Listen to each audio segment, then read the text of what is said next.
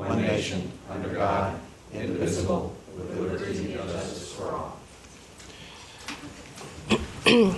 With that, we open the special call workshop, and this is a workshop of June 17th. Mrs. Vach, would you call the roll, please? Mr. Old? Here. Ms. Graves? Here. Mrs. Turner? Here. Mr. Kramer? Here. Mayor Winger? Here. We will allow public comment at this time, but I also would tell you that your public comment may be more valuable when we're talking about your item. So if anyone wants to come forward and talk in general, but you'll be granted at any time as we talk about a budget item, you may come forward at that time too. So anyone want to come forward now? Well, then we're going to turn it over to Mr. O'Connor and Ms. Lawson. Mr. Mayor, as you know, that this meeting was called in order to address some of the concerns and also some of the direction of the City Council as to how we go into our budget for the coming year. Cindy's here. We'll go through the process. I think we have most of the department directors here that come up and talk about their respective departments depending on what the council wants to do on that. But we're looking for two things to come out of this meeting. One is the direction as to how we form the budget, i.e., is there going to be, or I know you have to still vote on it, but should we plan on a stormwater utility being in there? Are there restrictions on the property tax issue? For example, are we just going to have no increase at all, or are we going to go to the rollback? Because we are experiencing some increase in assessed values. It only represents about $170,000 on numbers, so it's not a significant amount of money. And then what other parameters you may want to put on this as we go forward. The worst case scenario, I just do not want to bring a budget forward that's dead on arrival. It'd be better if we had something that we can sort of debate and talk about and set the direction. This information that you have been provided was predicated, again, on direction from the council, but it also, you were looking for some type of 5-year projection or a long-term plan of some type. And in my opinion, if we can get 5 years out, we're doing extremely well. But it gives you some insight into what our expenditures would be, both capital and operational, as projected by the various departments. And we've had several meetings over these, and we've tried to pare down where possible. But at the same time, I listened to what department director said. If we want to maintain the level of service and the growing level of service, example will be, and I'm not taking away from the police chief, but during season now we have somewhere in the neighborhood of 100 crashes a month that take place there. You've all been out to Leisure Square and you saw the facilities that were there and the work that has to be done on those facilities, and we're in the process of doing some of those. But a lot of that is catch-up because over the last 3 to 4 years, we have put maintenance aside in order to meet the expectations of the budget. At the same time, we understand the downturn in the economy and what they were doing. And the other thing is, and as pointed out in the memo, even though our population hasn't changed statistically within our corporate limits, the population visiting Vero has changed dramatically and has changed more out of season than anything else. So we are experiencing that, and that goes back to the use of our beaches, the use of our parks, and the type of activities and planned functions under the Oaks, and all of those type of activities are gaining more momentum, and so therefore requiring a lot more of city staff time, and which equates to man hours. But all that being said, Cindy, if you can, let's sort of walk through and we'll. Generally, how would you categorize this? Would you say this is this is a generous ask? This is a medium ask? This is a just barely what we need ask? I would say it's a medium ask. Okay. Okay. Yeah, I don't think there's anything, and again, I don't think there's anything so elaborate in here, but it's predicated on assumptions on our part that have not been done by the City Council. We tried to show you the capital projects with or without a stormwater utility, but at the same time, we included those stormwater projects predicated on the fact that the council said the lagoon is your #1 priority at this particular time. And so we were budgeting to try to get as many of those projects done with or without the stormwater utility, but which makes a greater deficit in the general fund operation because you're taking out of ad valorem tax, which is, or the general revenues of the general fund. But I classify this as more of a medium as going in and trying to direct in order to meet what we envision as the changes that are taking place in Vero Beach. Jim, I think it would be valuable to deal with the macros. I'll give you one. In other words, what salary assumptions, what benefits assumptions, and so on in here. And also, I think it probably would be better to start with expenses and come back to revenue, and also capital expenditures too, and then deal with revenue last, because that. And then we can go back to expenditures as a result of that. Circle back. But I think the macros are important. In other words, what raises do you have and so on. And Mr. Mayor, with your indulgence, I agree the macros were kind of what I was going to hit as a premise for the first starting point here, and then we can talk in more detail as council wants to. Let's look, if we could, really quickly at the staffing chart on attachment A. I just want to point a couple of things out here now that you have the version that shows color. The items highlighted in color are places where this budget includes an increase in staffing from last year's budgeted positions to the current year. But I did want to point out one department where the difference is kind of crucial. You see that rise from 1.5 people in human resources to 4 people for the coming year. That is not an increase in staffing in that department. What that is that up until a few years ago, we had a self-insurance fund. And so a good portion of the people from HR were paid for from that self-insurance fund. Now that we went to fully insured health insurance, we spent the last couple of years kind of running down our residual balances in the self-insurance fund, not asking the departments to put any more money in. But now we're in a place where there's only enough in the self-insurance fund to cover our obligations for the remaining legacy claims. And so now we're in a place where we need to take this staff that already exists, put them back in the general fund, but there has been a corresponding rise in our admin cost allocation out to the other funds because they have to pay for their fair share of these personnel that manage risk and manage insurance, et cetera. So that is not actually an increase in the number of people that work here at the city. That's a shift from fund to fund. The other place where you'll see that is between planning and development and the police department. You see a reduction of 2 in planning and development and an increase of 5 in the police department. 2 of those are code enforcement officers that moved from planning into the police department. And so the actual net request from the police department is 3 people. And with that, that's kind of, you can see the other places where increases have been requested. As far as the expenditure side goes, there's, next year, obviously, is a lot clearer than as you get a little farther out on the operating side. The primary assumptions, though, are a 3% salary increase across the board, Mr. Mayor, in answer to your question. That's what's being proposed here for the existing employees. The health insurance, we have been advised that our increase, and again, we'll have a realer number, more accurate numbers later in the summer, is going to be 15%. And so that's built into this. And then finally, the other major employee cost, pension. This budget is predicated on what you voted on last night, a 9% contribution of salaries for existing employees for pension, 7% for any new hires, as well as our continued payment of our unfunded liability portion of the defined benefit plan. It's those two things combined. That's the 4.2 citywide. It's about $1.7 million in the general fund. And remember, it's 2 pieces. Even though we no longer have to make a normal contribution to the defined benefit plan, we still have to, over the next 10 years, fund our unfunded liability obligation, and the actuary gave you an impact statement that showed that number stayed about flat with what it has been, but now it has to be made every year for about 10 years. So that's still in here as well. Why don't you comment on the assumptions you used in future years? For instance, did you use 3% for the successive year, or what is the schedule that's built into this? So on the salary increases, the schedule that's built into this is 3% every other year. So there's 3 for next year, then 0, then 3, then 0, then 3.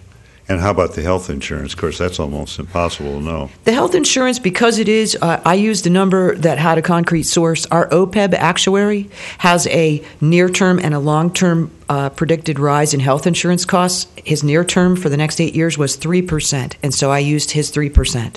It's the only thing I could peg it to. I would tell you I believe that's light, given that we're facing 15 for next year. part of the issue, and you all know it, is not that there's any issue with our insurance provider. We have a very aged employed population, and therefore our claims experience has been high. And so, so I think it's light for the future years personally, but I had to pick a number based on something. Over the 5 years, is the makeup in the pension 4.2 each year? Or It's 4.2 citywide, 1.7 in the general fund flat. Because again, our actuary tells us that now that we've frozen the plan, we have to go to a flat, amortization of that unfunded liability. So yes, that remains flat across the next 4 years. All right, we have the issue of the unfunded OPEB. I will tell you that yes. that unfunded OPEB that your Finance Commission has examined and would like to recommend to you to include is actually not in here at this point because. Wait, she reaches down for numbers from the magic place. What we've estimated is if you fund that over a period of 15 years, that would be another $760,000 in expense to the general fund. Funded over a period at the other extreme of 30 years would be an additional $300,000 in expense to the general fund. And so that would be either 760 or 300 on top of the 1.5 you see here. So pending your direction about what we're going to bring to you for the detailed budget workshop, we did not include that number yet so as not to increase the... That's 760 a year or 300 a year. Yeah, that's the range between 15 years of funding, funding it out, and 15 years of funding it out over 30 years. And I think the Finance Commission was talking around the 27, which would be about $330,000. 330. And that's for the trust fund to create? That's correct. Tell us the advantages of doing that besides we're digging out of the hole eventually over 27 years. Basically the advantages of doing that are if you pay as you go, then you're not making any money to help defray your costs. It's really simple. What you're doing is you're putting in a bit more than you actually need every year to pay your pay-as-you-go costs, and that residual balance as it grows begins to earn interest and therefore over time helps you pay for some of the costs with interest earnings. That's it in a nutshell. There's lots of fancy ways of putting that, but Well, there's an accounting advantage under... not as much as people think. GASB has actually decided, and I had the press release in this same folder as of a couple of days ago, that they're imposing that new standard. You still have to show on your books, beginning, I think, 2 or 3 fiscal years from now, the entire difference between your liability and your asset against that liability. So the advantage is, if we started right now, a couple of years from now, we'd have a very small asset, but we'd have some kind of an asset. It depends on how many years you fund it over. If you were funding it over 15, then in 4 or 5 years, your net liability would be half, But right now, funded at 27 years, the difference between now and when we have to show that on the books will become, I would say, relatively small. Do we have the option can we change our time frame later if suddenly we decide we want to start putting more in, like we start at 300 but then we want to move up, or are we locked in to the time period? We had that conversation with the Finance Commission. My understanding is you can change the time frame. Okay. Would 300 pay the outbound? In other words, if we put 300 in... We'd still have some residual left. Yeah, we'd have a little bit growing balance every year. The 300 is designed to fund it over essentially like 30 years. What do we pay? What would we pay out of it, if you have any idea? The way it would work is we would make a total recommended, and this is at the mark just above this at the original, like 22 years, 23 years. So, but these are like round numbers. We would make a contribution to the trust of like $1.9 million, and then get some money back. Our current cash payment of premiums is about $860,000. So we'd get that money, we'd pay the premiums back out of the trust fund, and then we'd have essentially an increase in cash outlay of about $593,000 at 30 years, and just slightly more than that at 27 years, citywide. So it's you put everything in, and then you get the benefit of the implicit subsidy that comes back out that goes to each fund, and then you get your cash back out to pay your benefits, actually physically make your payments every month, and then you have a little residual balance in the fund that grows every year. Again, We have a plan. well, pay as you go. I will tell you, the opposite side of it is that every year we budget for exactly what we owe for the city's portion of those health insurance costs, and when health insurance costs rise, our what we have to put in goes up, and the real impact of that is it'll continue to appear on your citywide, government-wide balance sheet as the full liability. So I think funding an OPEB trust is a good idea. I was finally convinced of it after years of fighting it. Only because I understand, bottom line, I understand. You put in some money and pretty soon you earn some interest, and it actually helps defray your cost. You save some money. But at what level and whether we can afford it this year, that's certainly a policy decision. Well, I think we should consider as we go through this process, starting it this year minimally. But let me ask you, what do other governments around us do? My understanding is that the county has an OPEB trust. They began maybe 3 or 4 years ago, 5. So they've been funding it through a trust. Other than them, I do not know. You just said a little bit ago that with the new GASB rule that the balance, the OPEB balance, is either whether you've got a trust or not, is now going to be on the books. Just like the pension that starts this coming year. Okay. The deal is, though, if you begin funding an OPEB trust, at some point there won't be a gap between your liability and your assets. If you never do anything but fund pay as you go, that's the full true, liability will always appear on your books. But no matter what happens, is that trust is a restricted fund towards OPEB, is It my is. understanding. And it's a Okay. commitment to make the payments. What is the gap now? The gap as of the end of last year, we had dropped it down $20 million to about $36 million. Yeah, that's what we have in common. Yep. And that actually came on the heels of a substantial increase that we achieved by actually just changing the rules administratively and having a big population shift in enrollment towards the Medicaid supplement plan or Medicare supplement plan.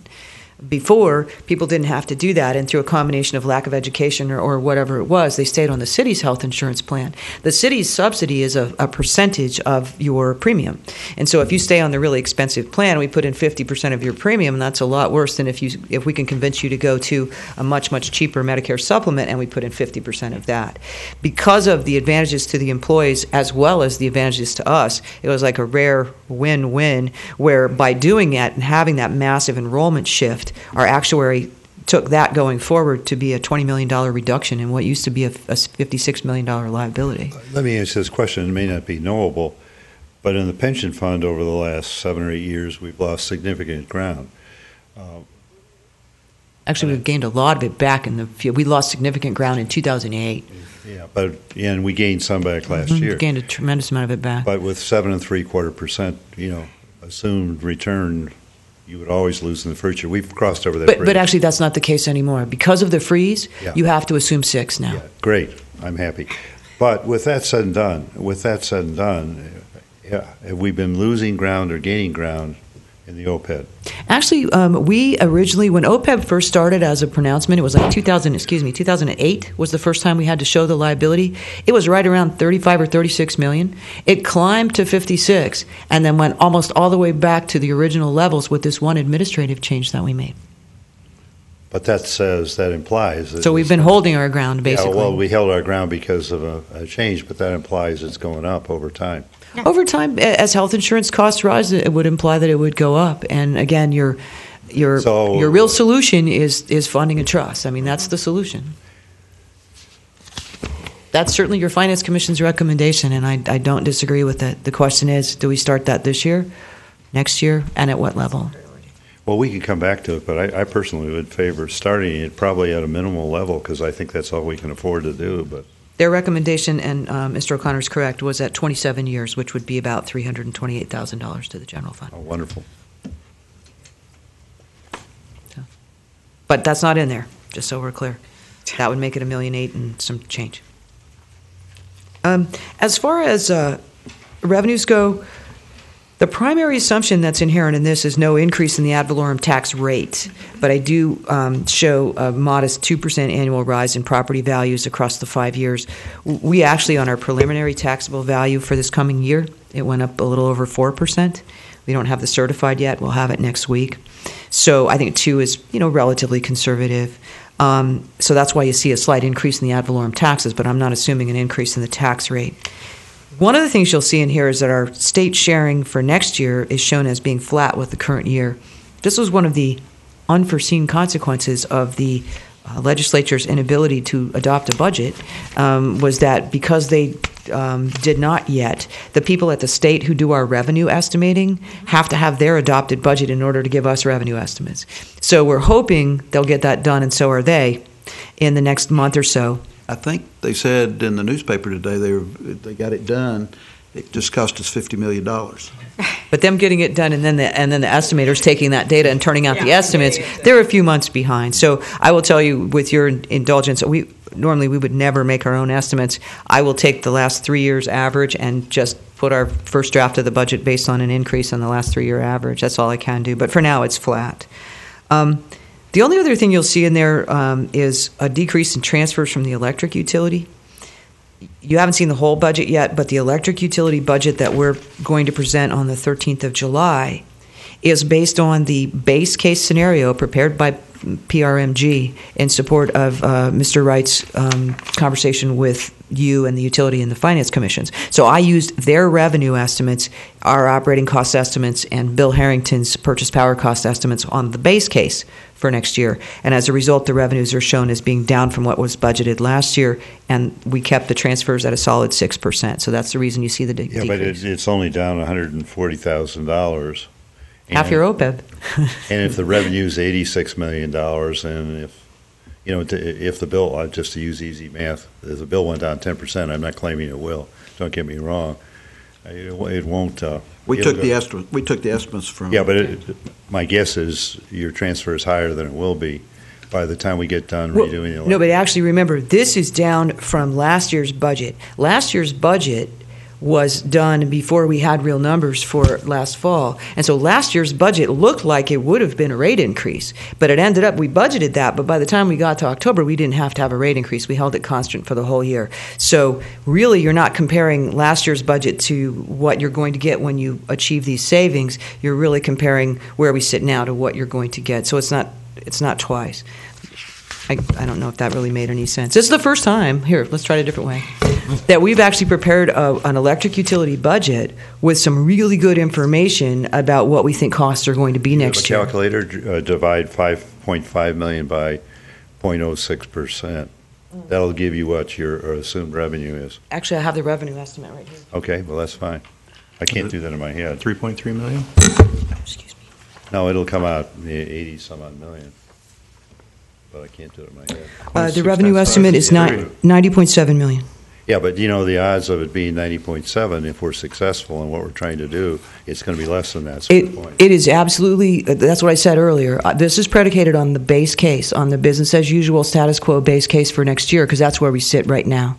If we decide that we're going to budget for something that we haven't done yet, we can do that. But right now, because I have to pin it to something, it's based on limited operation of the power plant, the quote-unquote base case scenario that has been prepared by PRMG for Mr. Wright and for your analysis from last week.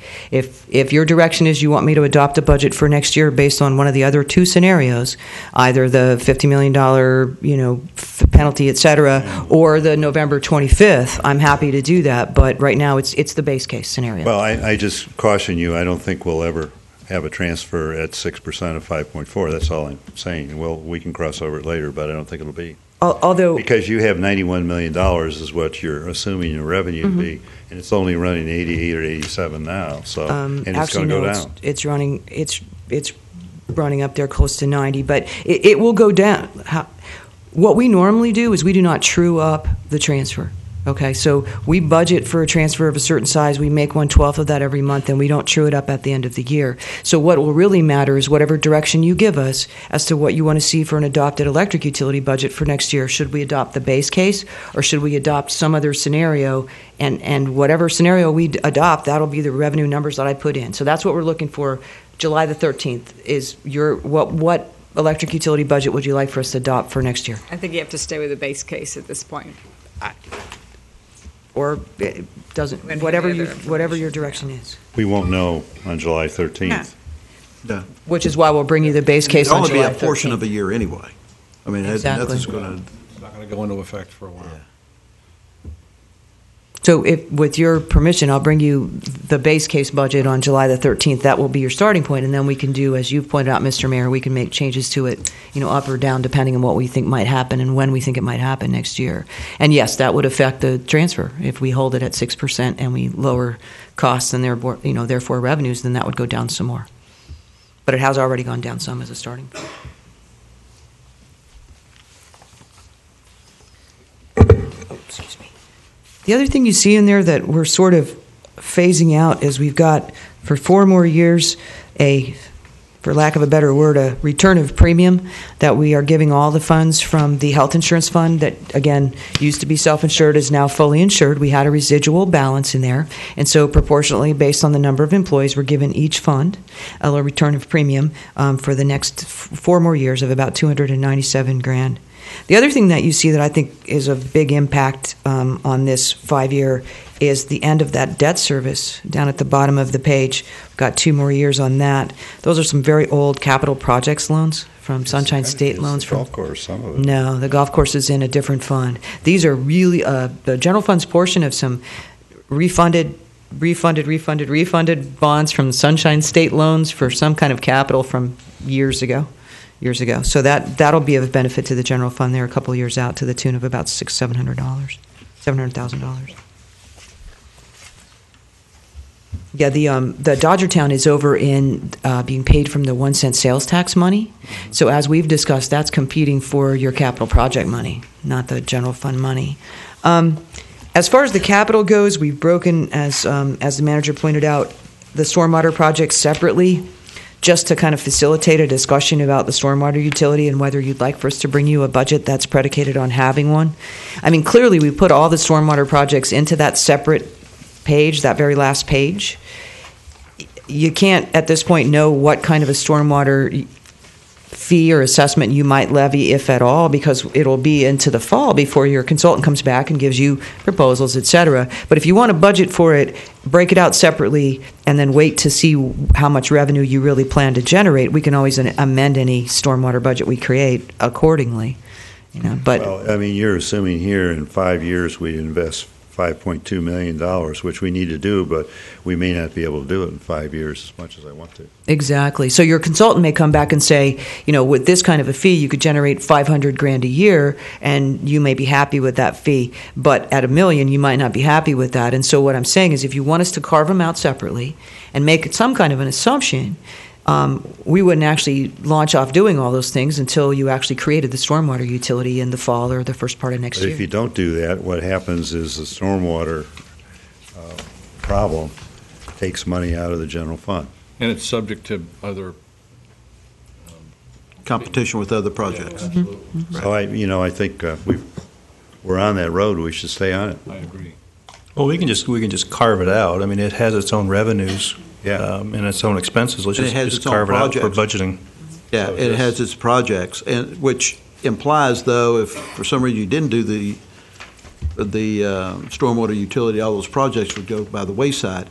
If we're debating if we're going to do it or not, if we're going to say yes or no, the budget can also be modified to create and use some of our 1.5 cent sales tax to do some of the projects. Even if you didn't have the stormwater utility, it'd just be a shape down. I prefer the assumption that we're going to do it when we have no idea what the number will revenue be. is going to be, and we have no idea how many years we're going to do it, but we're not going to throw it in the general fund. And No, and then this way, whatever your rate you set, when you set the rate, you'll know what projects you can do, because the consultant will tell you what your revenue stream will be based on that rate. it'll be September or October. We'll have to cross over that bridge. Yeah. But in the meantime, if you don't do that, then last year the competition was to take $400,000 we don't have out of the general fund. We only spent $2 million, but regardless. The only downside, and just to think it all through, is if we carve it out into a separate fund, which I agree, I think we should do, we might have to put a few things on hold for a few months until we decide if we're going to fund it out of stormwater money or... We don't have any money. Exactly. I think that's acceptable. Or we subsidize it out of 1 cent and pay it back. I mean, whatever you think you want to do. But, I think that's acceptable. but we could hold off until we generate a specific revenue source and not use up Or your you 1 can cent also sales start tax. pursuing grants. Yeah, well, we'll do that even if we have stormwater utility, we will pursue grants. And there's actually As we some have done grants in that historically. budget. Yeah, but I mean, I'm talking, for stormwater specifically. When do we have to fund the McCamish and the Old Town? We got a $259,000 or $260,000 grant or something, but we got to come up with 520. When do we have to fund that? How much time do we have? I thought that, and Monty can correct me if he's back there, I thought that we had until like the end of next year, maybe before we had to come up with our match. Yeah, he's nodding his head. So the end of fiscal 15-16 into the beginning of 16-17 before we needed our So, match. you know, hypothetically, what we'd want to achieve with a stormwater utility the first year is get them enough money to do that anyway. So we can take care of McCamish and Old Town. And if we can do more, fine. If we can't, then we'll have to deal with it. But we're going to have to come up with that money anyway. This would come up with the money, and it would be our first goal, because otherwise we'll lose, if it's 259 or something like that, we'd lose the 259 grant that we've already got. And I'm fully confident that out of the city's action with the Felsmere and Sebastian and being part of the Lagoon Coalition, there'll be other grants available to us, which will put further pressure on us, you know. But most grants are matching, so that we've Yeah. got to come up But with if our we share. can use this to match a grant out of there. Oh, absolutely, Yeah. absolutely. That's an excellent use for Yeah. utility, stormwater utility We may funds. we may be able to get grants faster than we can raise money, but anyway, okay. So I think, are we all happy with the way you've presented it, that the stormwater is, we'll talk about it later on when, And we will present a budget that includes the stormwater utility with the projects, not necessarily revenues, but we'll isolate the projects that would be serviced by a stormwater utility. And I think before we adopt it in final, though, we will have to backfill it with enough revenues to And that's artificially backfill it with enough revenues to match the projects, with the understanding that we don't undertake anything till we actually have the revenues or revenues. Officials. you know, the projection. if you have a utility of that sort, you could, and I don't want to do this, don't get me wrong, but you could have revenue bonds against it, since you would have, once you have known revenue. I'm not suggesting we do it, I'm just saying that. Once you have a known revenue source, you could. Until we actually implement that revenue source, we have nothing to pledge. And because we're thinking about doing it on utility billing, we might have to accumulate a few months' worth of billings to prove that we're actually going to generate the revenue before someone would loan us Yeah, money. let's not cross over that. But you absolutely could for long-range projects. You could do that. So I think if we've crossed that Bridge? recommendation, you want us to bring you a budget with stormwater utility carved out separately for capital projects only, You okay with that? I am. at least for discussion on the Well, I just 13th. don't think there's another way to plan them, or to think about planning them without taking money. Because last year, our big problem was roads. How do we do the lagoon and roads? And now we can maybe focus on roads as well. Okay, we'll do that, and that will, for the 13th, that'll be your starting point in detail for conversation. The only other thing about back to the general capital projects, again, the only real revenue source for this fund is what's left over from your 1 cent sales tax after you pay your various debt services. And there's a couple of things inherent in this. This is something that you adopt a 5-year capital plan every year. So what you have is last year's 5-year capital plan with some extra things in it, obviously, because last year's was balanced. Police vehicles. We have started down the path of a 5-year fleet replacement through lease purchase proceeds. But one of the things that was not in last year's plan was any more vehicles for the police department beyond that first round that they bought last year. And they are looking to replace some vehicles that are as old as 2005, 2006 on their schedule. So you'll see that line there just under the police at the kind of the bottom third of the page shows lease purchase acquisitions and then some ongoing debt service that wasn't there in the other capital project fund. Continued replacement of various fleet vehicles. And probably the other notable change is bringing the annual street resurfacing up from $200,000 a year to about $760,000 a year to match with, and Monty can speak more to this if you need him to, what he considers to be a more sustainable replacement cycle for paving. And then finally, there's a considerable more infrastructure improvements in the recreation side, again, because last year we squeezed it down to fit the available money, but we certainly have deferred maintenance on a lot of these buildings and facilities for a long time, and I think you've seen some of that at Leisure Square. So those are kind of the primary changes, and with that, we'd welcome some direction and conversation about your priorities on these projects. Well, there's a deficit of, what, 1 million or something? There is. So that's a problem to start with. There is, and it is. Well, there's a deficit in the expenses, too. No, I'm just dealing with the capital. Yeah, the capital is. About 1.1 in the first year, and across the entire 5 years, about $5 million. And the revenue is the revenue. It really is. I'm estimating maybe a 2% increase or 1% increase annually in 1 cent sales tax, but that's pretty in line with what we've gotten. The only other thing that could affect your revenue is the thing we've talked about before. If you can sell the Dodgertown property and reduce that debt service eats into the money that comes into this fund. 600? Yeah, but 175. we wouldn't, the 600, we wouldn't sell it for $5 million, so. Too bad. That'd be a portion of share. And that documentation's over in the county's place right now. We're waiting on a response. We So might waiting- gain a couple, 300,000.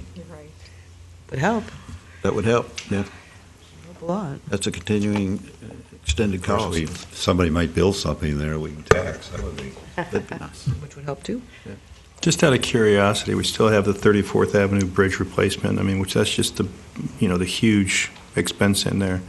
Is that scheduled to be a one-time expense?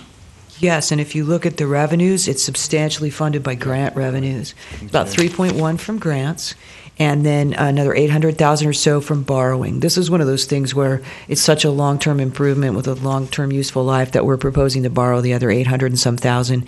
And again, that 45,000 or so a year in debt service eats into the money that's available for these projects. Okay, so we're going to borrow for this one. Just what's the life cycle on a bridge like Let's this? see, did we decide 30 years?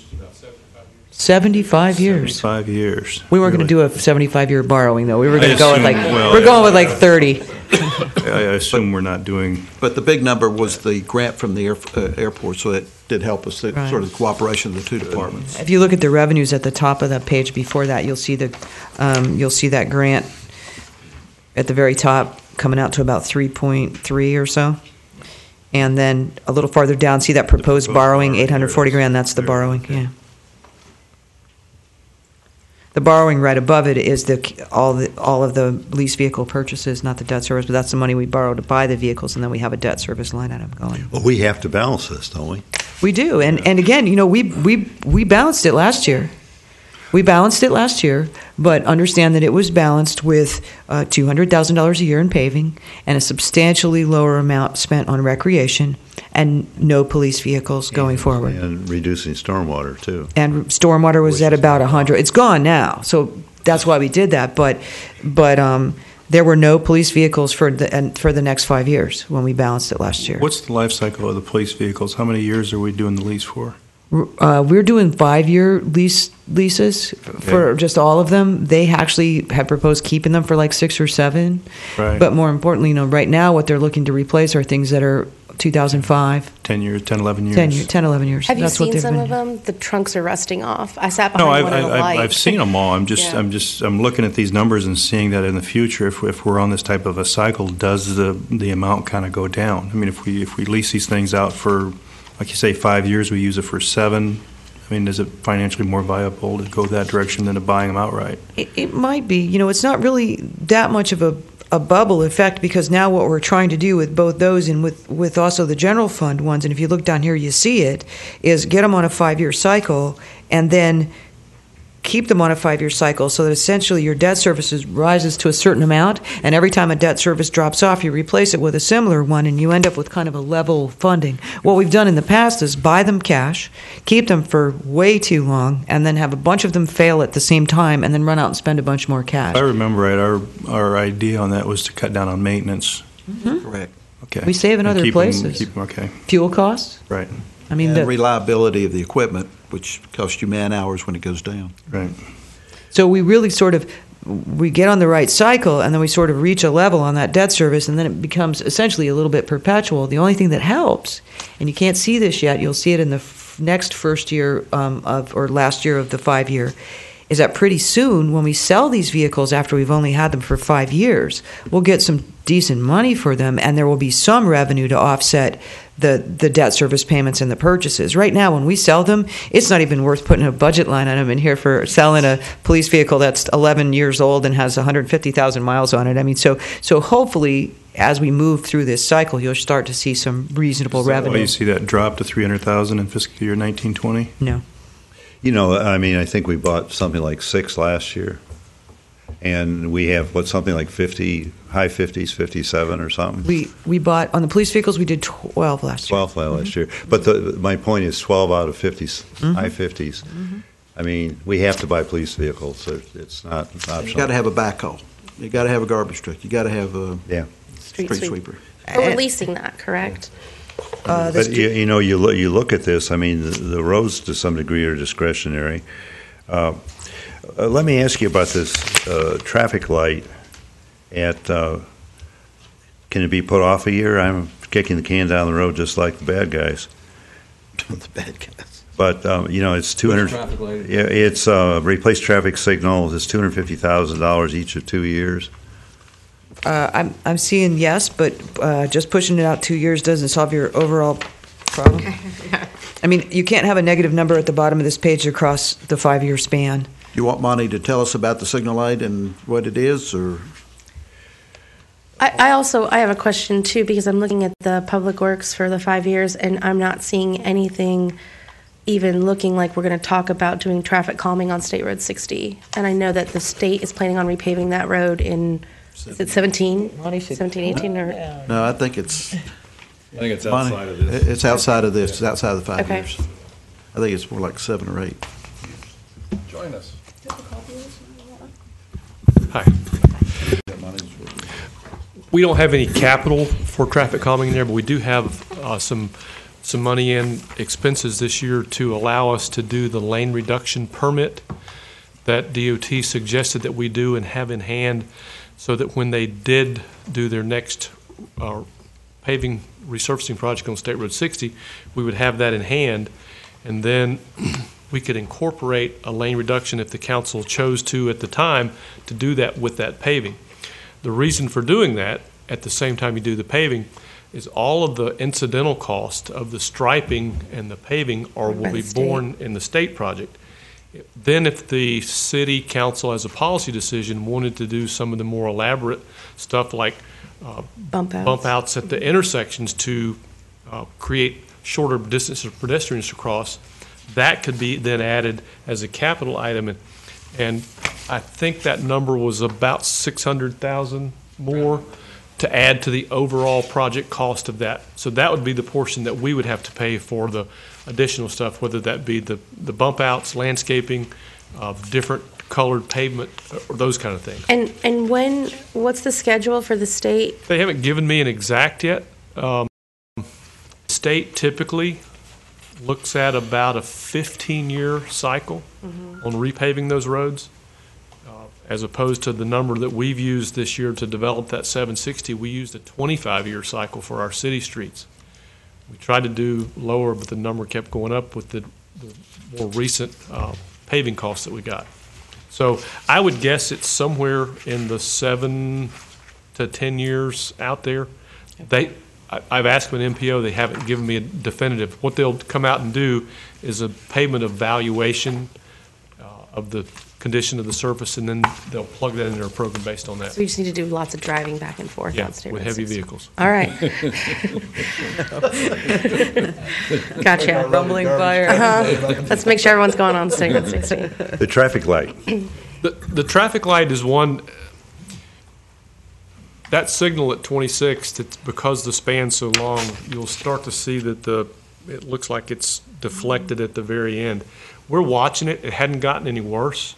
So that project it's in there because we know it has to be done. Does it have to be done next year? We could probably push it out a year, maybe 2 more, but it'll have to be done.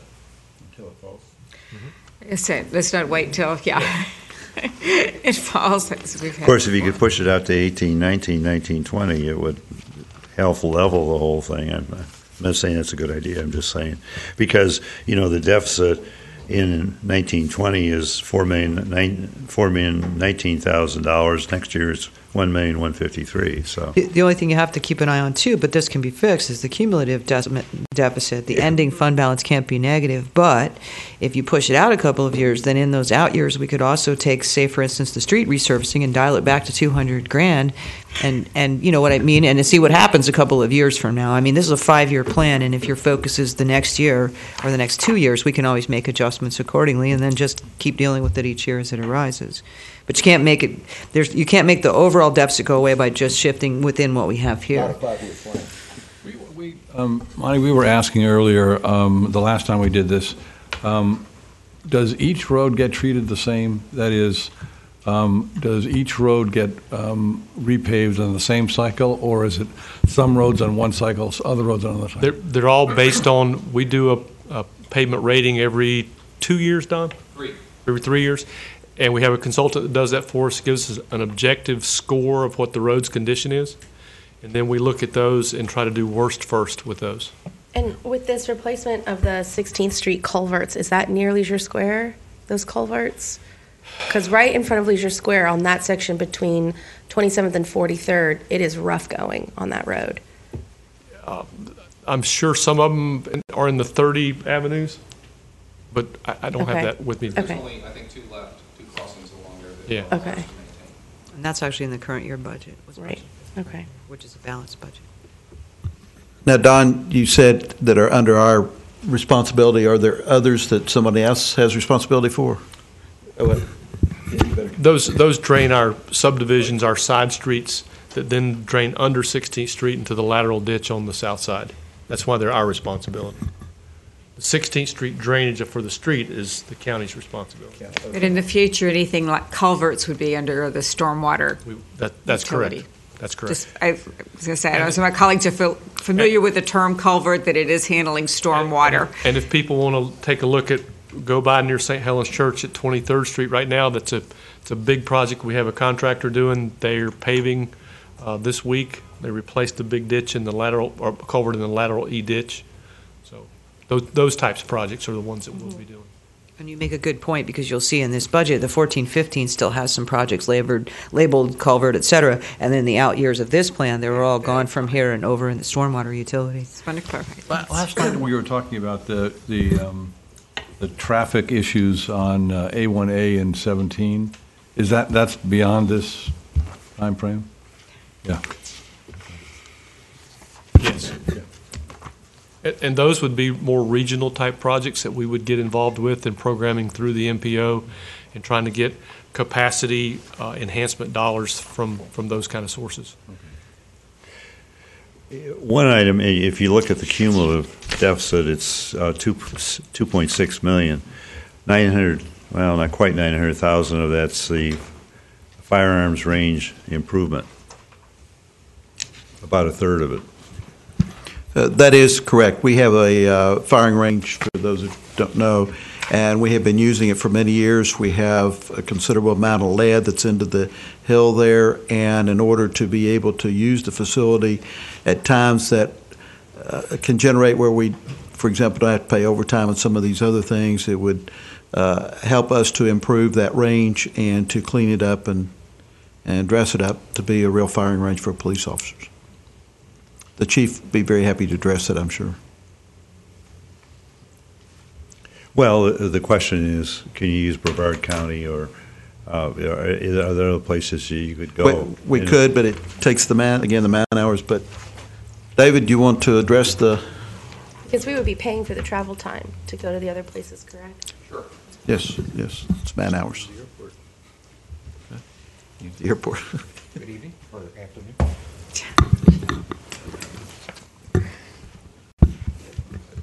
The range we have and have had for years is there by UPS and just shy of the Sheriff's Department there on 41st Street, west of 43rd Avenue.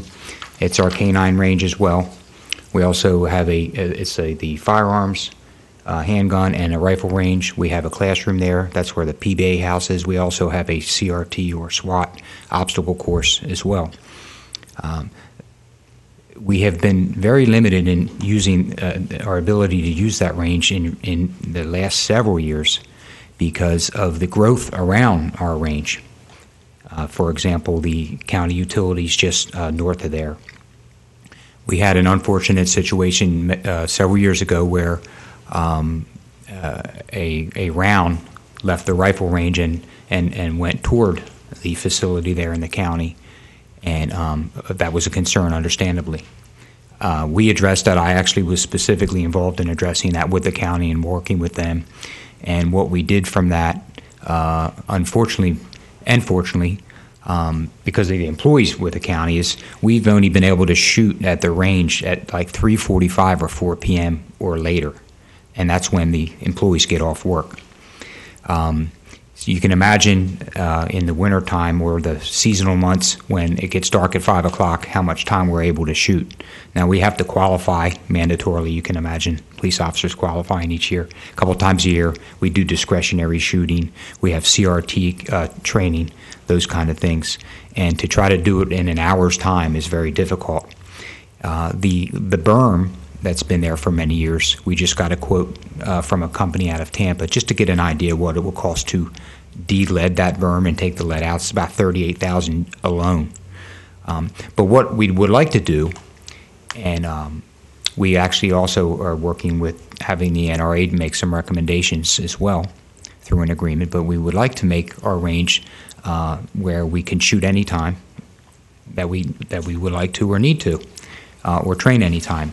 And what that consists of is a baffling system where, and it's very, very unlikely, I've been here 25 plus years, I think 2 rounds have left that range in that amount of time. And we've certainly created measures that we can pretty much assure that it won't anymore. But a baffling system essentially will prevent that from happening. The capturing system, if you will, as you shoot toward the target instead of a dirt berm, it'll go into a capturing system.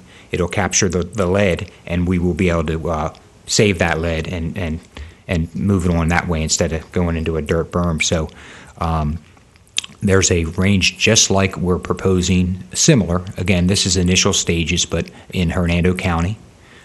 There is a range, as you know, in North County that the Sheriff's Department uses. They actually pay to use that range. If we have our range the way we'd like to see our range, and that it should be, we would be able to open it up to the other agencies, local, county, state. We used to, federal. There is even some grant opportunities if you teach out there and do some firearm safety courses for the public like we used to, and certain things like that where we can get money through the NRA. So we're trying to do the best we can with, again, the facility there, but we certainly need our range back. Is there a way to do it partially? I don't know. I don't know. Does it come in modular sections or something like that, so you could do it in stages that might make it easier for us to finance it? Well, and that's, yes, sir, and that's kind of what this is. It's over a period of time. You're talking about a slab. You're talking about the baffle system. You're talking about the entrapment, the capturing system, if you will. And I have the paperwork and certainly can share that with everyone. But that's the cost over 3 to 4 years, doing it in piecemeal, if you will. The cost of the project overall, you say, is like $900,000. Is that what my understanding? Yes. 968. And basically again, $1 million. Basically $1 million. Again, in our preparation for you, with the time we have to prepare our needs, if you will, and moving forward, those are the preliminary numbers. We'll do our best to of course, get the what we need, but also at the best cost as well. So I'm not sitting here saying that's the bottom line cost, and we're certainly, as we do with everything else, try to get the best cost. How many hours does each officer need to qualify each year for shooting? Well, it's just a mandatory qualification for FDLE, Florida Department of Law Enforcement. It's I believe the mandatory is just one time, but we do twice.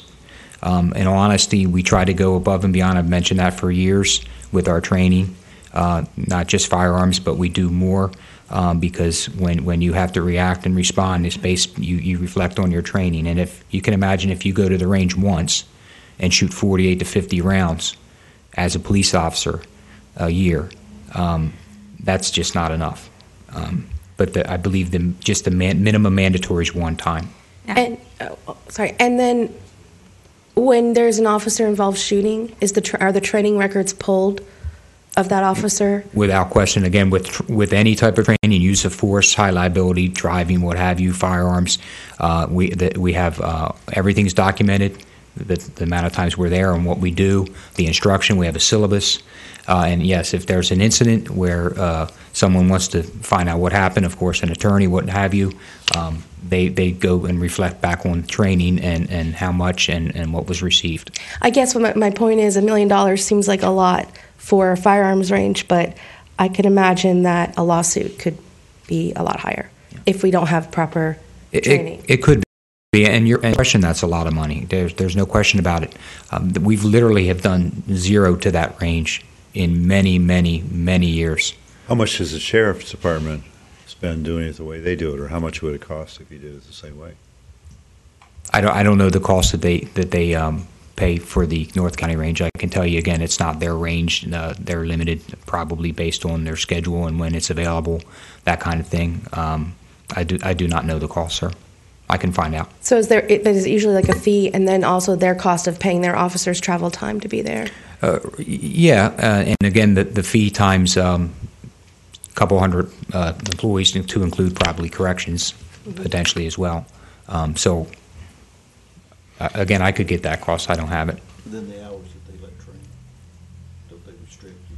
An officer can't just drop in. Right. That's why I was saying, based on the schedule, that it's a public course, so they may have it kind of planned ahead and scheduled. I'm not sure. I would imagine that would be the best way to do it, but as city manager said, you can't just drop in and train. And it's more than a firing range. Again, we have rifle, we have obstacle course, which was built almost at no money with donations of the tire, all the equipment and material there, and again, our canine range, our classroom, what have you. Chief, I certainly agree that our officers need a place to do their training. I mean, even as a civilian with a handgun, I mean, I certainly would want to shoot my gun once a year and expect to feel safe, And here we're having our professionals out there. I mean, we want to provide them, adequate routine, training. The $1 million price tag's way out there for a city that only generates $4 million a year. Understood. Can we, really go back, take Yes, a ma'am. look at this, find some ways and maybe of how we could handle it? Because I'd love to give the police the tools that they need for their job. Yes. Make it a little easier for me. Well, yes, I understand, and I appreciate that. And again, we had some limited time in preparing this, and we worked quickly.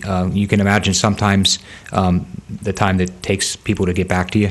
As much as you were ready and willing, you were waiting for people to respond with quotes and phone calls and what have you. So we actually compiled this quickly, but it is a starting point. So we'll do our very best. I promise.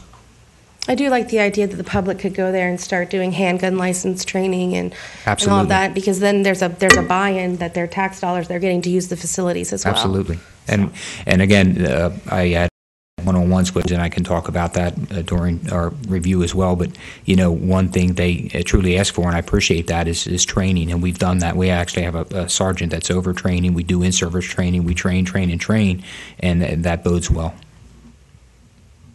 It's interesting. I believe the counties is an enterprise zone or an enterprise function or whatever up there. Do you, if there was a significant investment into something like this, do you see this as possibly being a revenue source that could support itself, at least partially? Yeah, I don't know about supporting itself, but again, early stages. But we can certainly look into that type of application, if you will. Where you're referring to some agencies that would pay to use our facility as well. Well, I'm thinking if when the county set theirs up, I'm sure they had in mind that the sheriff's department would probably come and help support that that shooting range instead of them having to pay for it all themselves. It's just kind of a meet in the middle type of thing. Yeah, it's possibly, again, the sheriff's department, and rightfully so. We work with all the agencies and always have, but we've allowed them to use our range. But again, not so much anymore, because if it happens at all, I have an instructor there that runs the show, if you will, because we can't afford any mishaps, and we won't have it. So we're limited in that regard. But I'd like to have the perfect scenario there where agencies, again, local, county, state, and federal, can come and shoot. And what we do as well is we trade off, for instance, they just took 4 months and trained our 2 canine dogs that we have, brand new canine handlers and dogs, and they gave us 2 trainers for 4 months that had to be diverted from their normal duties, and they solely trained our 2 dogs and helped certify them, where I would have had to send them and for lodging and per diem and the course itself, several $1,000s. So we trade off sometimes. If we do something like that, then we allow them to use our range, maybe down the road, what have you. Again, with a structured situation. Indian River State College, do they have a range? They do. It's an indoor range. It's very nice. As you mentioned that, anytime you want to go to the Indian River State College Police Academy, I'd be glad to set that up, and I would personally go. Went down and looked at it. Is there some way to train down there, or is that just a? Well, again, it's travel, and we have to pay. Technically, we would have to pay for their lunch, if you will. I think they probably would be okay if we didn't, because we do train down there. The city donated money to that facility several years ago, and we do a lot of training. We do some of the rappel work and some of their shoot house work, and I actually teach down there as well sometimes during the evenings. But it's an indoor firing range. And for instance, when I went through the police academy in 1990, we utilized St. Lucie County's range, and they have a range. And that was outdoor, but this is an indoor range that rivals most in the country. And what we're proposing is an indoor. It's open air. It's the baffling system above, but it's open air. It's actually similar in function to what they have, but it's not an indoor range. And again, we could use it, but they run 3 to 4 academies a year, to include daytime, full-time academies and evening academies, correctional academies, and trying to schedule time down there would be very difficult, if they even allow it. I'm not sure if they even allow like an agency to do their qualifications or training there specifically. Because you could do a lot of training down there for $1 million. Yeah, I understood. And we do utilize, again, their facility, and they welcome us with open arms there. And so this is about $1 million over 3 years, is what I'm seeing. Spread out, yes, sir. And again, that's numbers that we presented because of the time frame, but we certainly try to pare that down if we can, based on Councilmember Pillar's request. I'm sure I'll have more questions for you. Yes, sir. Intriguing idea. Cindy, the revenue line called transfer from 311 General. Explain that. You actually have another fund that you adopt every year that is the fund that the 1 cent sales tax actually comes into. But the first thing before we give money to projects is we have to pay the debt service that's outstanding. So all it is just a transfer across from that fund of the residual amount that's left after the debt service payment. It's your 1 cent sales tax. And so basically, we've always funded capital improvements out of the 1 cent sales tax, plus the other items that are Plus any other grants that we have.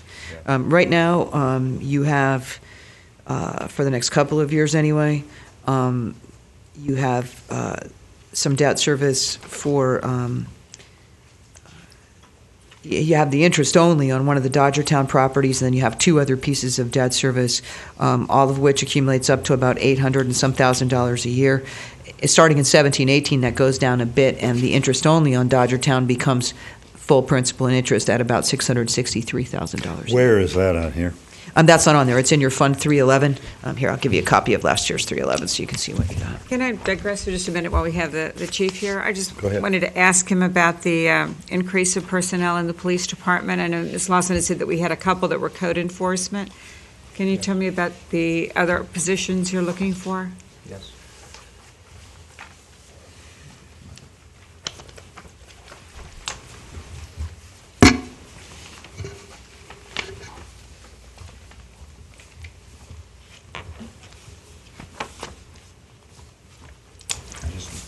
paperwork here. The 2 additional police officer. It's actually 3. 3 is what is showing up on here. We have 2 for code enforcement. We you could imagine, and I know I see all of you out from time to time at different events that we attend, and I know one thing that I get asked all the time is, where are all the people coming from? Where is all this traffic coming from? Those kind of questions. I had a. You go. If you want, I can give No, you. I had. There you go. I had my own paperwork here. Anyway, I think I left it back at the chair. This is your list of Yeah. people, and as we talked about, there's the 2 code enforcements, the clerical person, the Right. 3 police officers, but one of these is a trade for the city. Right. Exactly. Find that? Right. No, I had paperwork, but I left it back there. Okay. So, yeah, if I can just grab some of my. Absolutely. Oh, sure, sorry. I didn't know I was going to stay up here. I'm sorry, I took it, yeah. That's okay. I've been taking advantage of it. Yes, ma'am. here just Yes, to ma'am. ask, so. Anyway, we, as you can imagine, and I've talked a couple times about it, and we'll continue to in this regard, where our population for the city doesn't seem that large, 15 to 17,000 as far as our population, but, we swell up every day through the year, to include the season, probably double or more than that. And as you know, with Riverside Park and our beaches and Ocean Drive, the downtown area, the restaurants, Miracle Mile, historic Dodgertown, the courthouse, the airport, things like that, that's all in the city. Everyone comes to Vero Beach, and when they come to Vero Beach, they're coming to the city, and we have to serve those not only our residents, our guests, people that stay, people that come through, people that go up and down the US 1 corridor, north, south, what have you. We actually are on pace. From this time last year, we have, I think, 1,100 more calls for service between January and June last year to this date.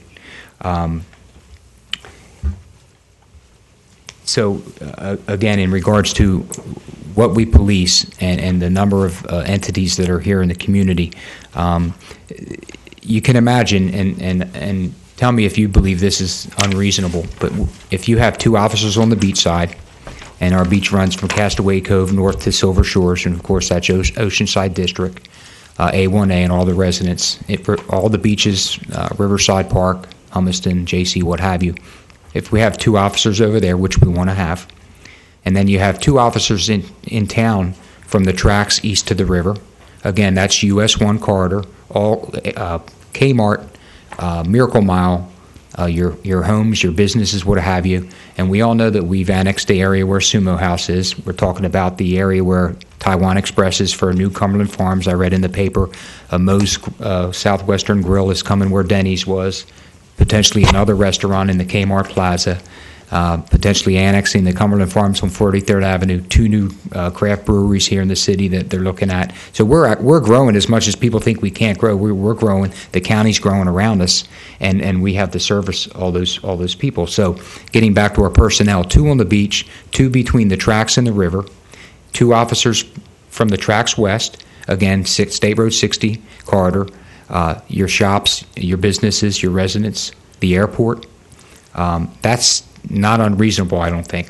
2, 2, and 2. And if that's what we have, if we have everyone working and no one's off, that's what we can do now, currently.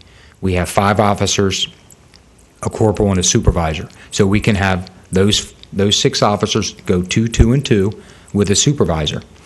That's optimal. Now, I want to put somebody on the boat. I mean, we have an intercoastal and we have a beautiful boat that we rarely use. How do I do that? When do I do that with personnel? I want to, you may see the ATV in our budget down the road, because how many beach departments don't have an ATV that you can go up and down the beach for different reasons? When we had that drowning the other week, we didn't have an ATV. We had to borrow one. We want to be able to police and show our presence on the beach from time to time. We just bought 2 beautiful bicycles that we want to use downtown and throughout the city in our shops. When are we able to deploy them? Now, if you have, again, all 6 officers working, and then we have to consider sick time, annual time, use it or lose it, military time. I've got one that's in Europe that won't be back till July. FMLA, I've got a lot of young officers that are having babies as we speak. They're out for different reasons. The training we talked about, we send our people out of town for training. We also do in-service training. So we actually have a mandatory minimum of no more than 4 officers and a supervisor. And I've always given the order that if you are less than that, call somebody in, because we owe it to the officers to be safe, and we owe it to the community to be able to respond in a timely manner with the appropriate personnel. So we try not to have less than 4 officers and a supervisor out there. But as you can imagine, the things I mentioned, it happens that way quite a bit. I think we spent $14,000 last year alone in employee time to come in and work because we were short. And we're probably on track for that or more this year. That was Basically overtime? Yes, yes. That's 400 some hours, I believe we spent, 423. Yes, $14,230, 423 hours of staffing hours in 2014 to cover short shifts. So you can imagine that. Just for a couple of examples, we had 1,600 disturbances last year. We had 170 Baker Acts. I was telling somebody earlier, we generally average about 100 a year. We had 170 in 2014. That's someone that wants to hurt themselves or others that have to be delivered to the receiving facility at the hospital. That's 14 a month, Baker Acts. If you have a shift that's 4 and 1, and one makes an arrest, say a DUI, say a Baker Act, or just a basic arrest, they have to go and book that person, do the paperwork, do the transportation, and now you're down, and that's why we end up short in that regard. So to do the things we want to do, to appropriately man the city, and in my professional opinion, we could clearly use 2 more. We have just gotten back to our 2 traffic officers. We were down for so many years without that. We're just getting back to our 2 canine officers. We were down for 6 years with only 1 canine officer. We have made some strides. I can tell you that when I was hired in 1990, there were 62 to 63 officers.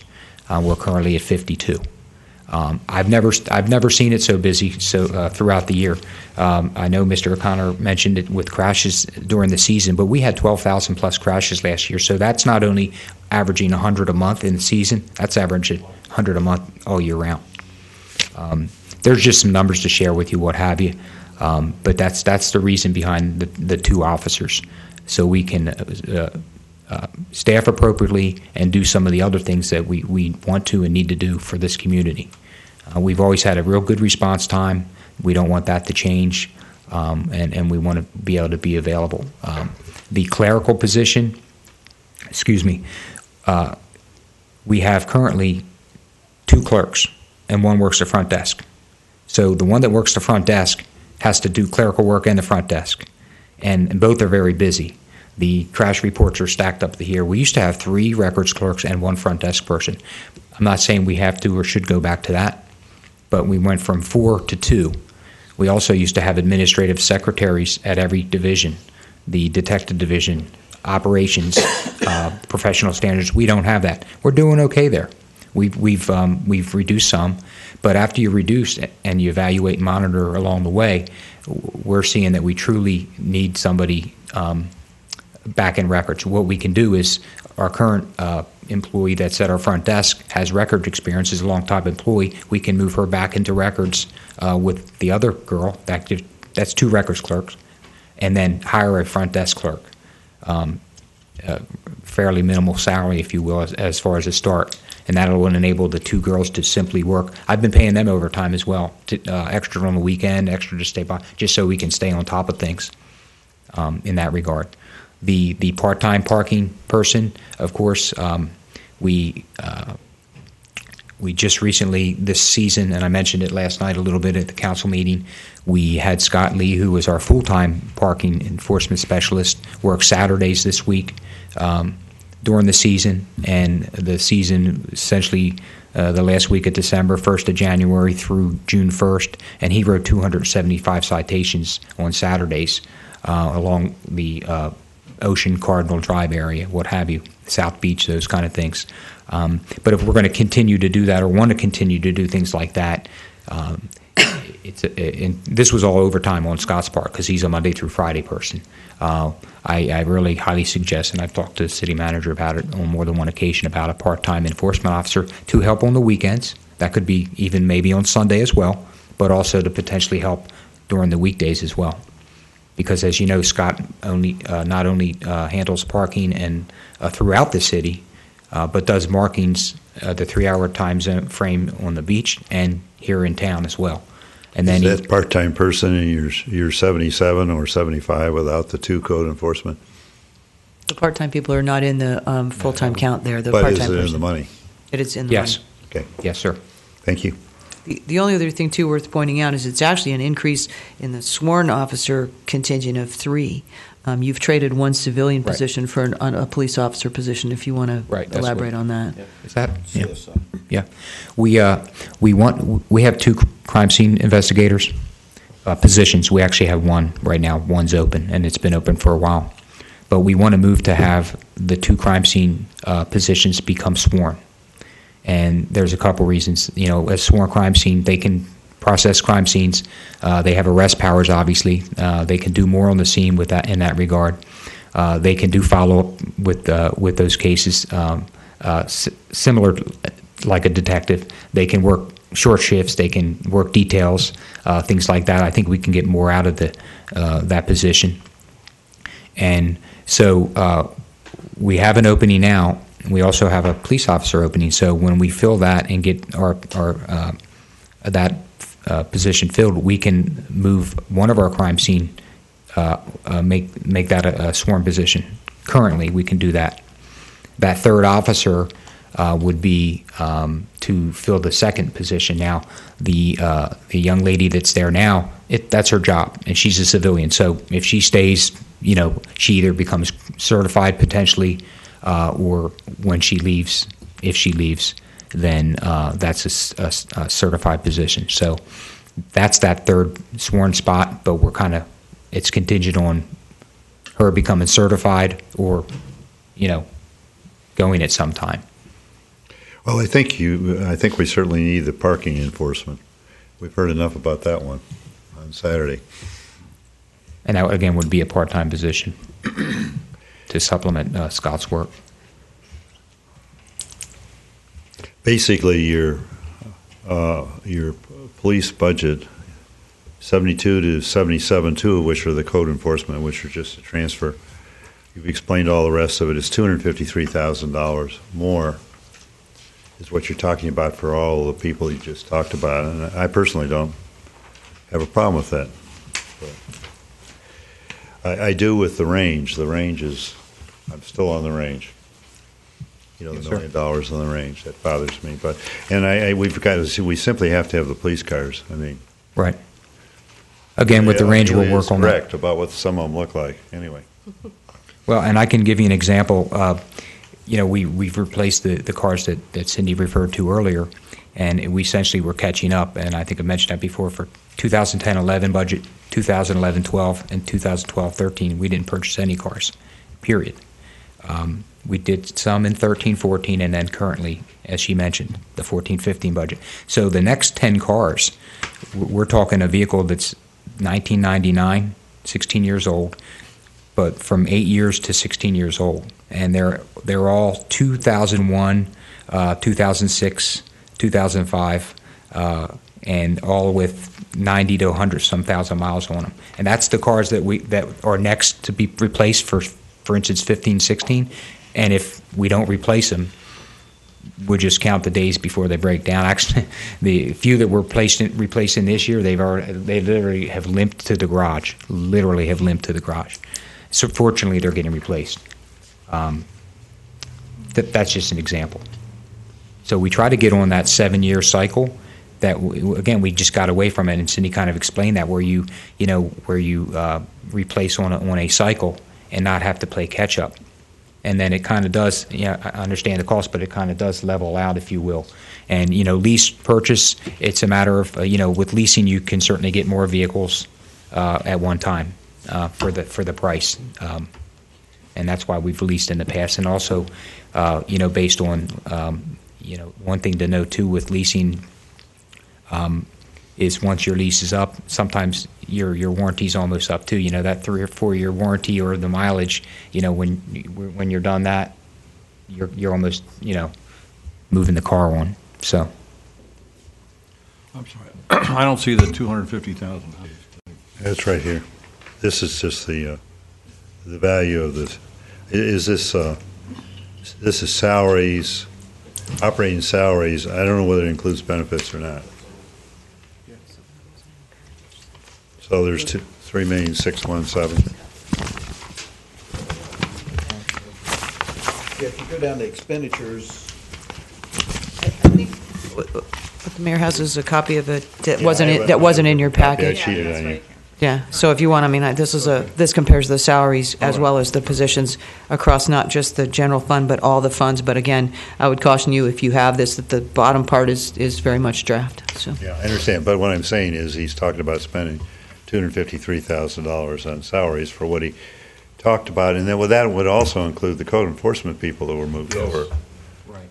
So, I mean, so you're not, it's not that huge a number. And that is, you mentioned code enforcement, Mayor. And we included those numbers well. But we have their vehicles now. In fact, there's two new vehicles sitting over in the lot we're preparing, and of course the fuel for those vehicles and the maintenance for those vehicles are included in our proposal as well. And that's added on, with since we've had them as well. I'm still interested in the capital budget. I mean, Jim, how do we fill that? I mean, we have a 1 cent sales tax and we don't have enough money. well, you look at projects and you delete projects. Well, let me ask you another question, and Cindy will probably have a fit about this. But if you look at I'm looking at your book, and I'll give you your book back. Okay, because I can't look at it at the same You time, can't but go look ahead. Okay. Is it possible to assume that we can sell the golf course and save a couple $100,000 that way? And Wow, sure would be nice. I don't know. I mean, if we, that's been the plan. That was the reason that you directed us to go get the deal with I'm the just county. looking for $200,000. Oh, it would be great. That's the reason that you were directed us to do the deal that we did with the county, and ultimately that debt service is right around $665,000. So if we could sell it for half, get half. I don't know what you think about the chances to sell it for that. We would be very lucky to get it sold between now and October the 1st, I'll put it that way. I mean, by the time we do the transaction and with the county and comes back to us, then we market it and put it up for sale, I think that would. But the answer to the question is, we could assume, because there's a lot of assumptions in here to begin with. And the fact of the matter is, you could assume that we're going to do it. That's correct. I think you could take a couple $100,000 out of the stream on that assumption, and then we're going to have to make it happen. I mean, it's a little chancy, but it gives you $1 million of the $2.5 million. Yeah, and you got $1 million in the. You can always amend the budget in the spring or something. That is correct. When the event happens, and then have the activities associated with it go through. Okay. But if we're saying I'm supposed to make an assumption, then I can't. How do I put this? I can't completely remove the debt service from the budget if we haven't actually repaid the loan, because our loan holders don't like to see their debt service disappear from a budget when we haven't repaid the loan. So, certainly we could squeeze on this budget a little bit if you want in terms of the transfers into 304, but at the end of the day, we can't spend money we don't actually have. So, I mean. Well, you designate projects that would be dependent on that and take them out. Sure. And then you'd add them back in there when the funds appear. Similar to the stormwater utility thing. Right. We'll put the police firing range contingent upon it. Whatever you direct us to put contingent on it, but. David, I wish the television camera could see his face. But I like to avoid the old, we must have money, it's in the budget. Well, okay, but only if it actually turns into money can we actually spend it. Checks. So exactly, it's kind of that mentality. So, But if you'll notice, it's a little short of his first year budgeting number, so. I mean, at the end of the day, we can make some reasonable assumptions, and certainly we've done it in the past. I think that for the city manager and I and all the department heads, at the end of the day, we also have to adopt a balanced budget. So unless we're going to generate some substantial additional revenue for these capital projects in the form of taxes that are at your discretion, we'd like some direction on what's most important to you so that we can go back and, adjust this as necessary, because you have to adopt a balanced budget. And it can't just be, we can do a few semi-creative things, but we can't just make up revenues and plug them in that aren't necessarily going to come to pass. And the other option is that you leave it to my discretion, and I tell you what I think is important. Yeah, I think I could live with that. But going down this, I mean, you look at the, I don't know, there's maybe $350,000 in the recreation department, which, boy, I tell you, we need help. But again, we made it balanced last year by really dialing that back, and, That's and correct. Rob was only No, able no, to get- I'm saying I personally would not want to dial that back at all. That's exactly. what I'm Last year personally- was You're gonna have to really dial scaled something down. back other than Well, you have the 300,000. traffic lights, you have the firing range. I have in my own brain that last year we were talking $600,000 roads, not 760. But I think We were $200,000 years, we spent 200, but we were trying to spend 600. but we budgeted $2. I know that was Yeah, wrong. I know, and that's why that we've shown you what Monty really thinks the cycle should be. I personally, just to have my say about it, I really don't want to take anything out of. I don't want to do anything to the police cars. I want to pave the roads as best we can. We might take something out of there. I don't really want to. All these recreation projects need to be done. And with that said and done, I think we should pass it back to Jim. And also, I think, Well, wait a minute, how do you pay for this? Yeah, don't tell me what you want unless you all want to prioritize. Yeah. I mean, this is a Well, no, I significant- mean, I'm just giving you my own personal Yeah. feeling, but it's up to you. If you decide you can put off Leisure Square, I suppose then we'll have that argument later on. No, but the thing is that in order to do it, your wants, we need a significant tax increase. Well, That's exactly the point, Randy. I think, and that's what Jim needs to hear. Fine. Are we willing to, to stay with rollback? Are you willing to do a tax increase? If so, how much? That he needs some parameters. I'm sure he'll be glad to prioritize it for you if you'd say, okay, this is how much money we're willing to spend. Well, yeah, I agree with that, but that's a separate conversation to some degree from the capital budgets, because they're all coming out of the 1 cent. You see what I mean? Well, you can put ad valorem tax money in there. It can't flow the other way. Okay. Yeah. In other words, you can't take this capital money and put it in your operating budget, but you can take tax money and put it into the capital budget. Okay, It's a one-way so your valve. point's correct. Not that we've ever done it, though, and that's your point. I think I've not seen that in any of the budgets I've seen for many years, but it is something that you. Well, have you can. seen a tax increase in many years? I've seen some decreases. Been there and done that. No, I think we're to the point where we just have to increase taxes, or else we're going to have to cut beyond what our citizens want. And so we're just going to have to increase the taxes. And if we're going to just, I don't see an awful lot that's cuttable in the first year. And if we're going to do it all, I guess we could cut out some things, but it's something like 35%. Right? If you combine the operating and the capital, it's something like 65%. Yes. Put them in two separate buckets. I'm just talking about the operating rate. And nobody in their wildest dreams would envision that. Yeah. But at the same time, what we tried to do is show you all what it would be. And I believe we've discussed, if you go out into the outer years, again, you come into a revenue shortfall, especially if you keep kicking it down the road.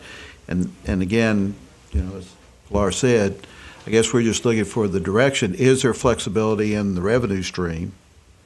Is there not flexibility? Because, for the last 3 or 4 years, the budget, given the indication, you all pretty well set the parameters, and we brought you a budget within those parameters.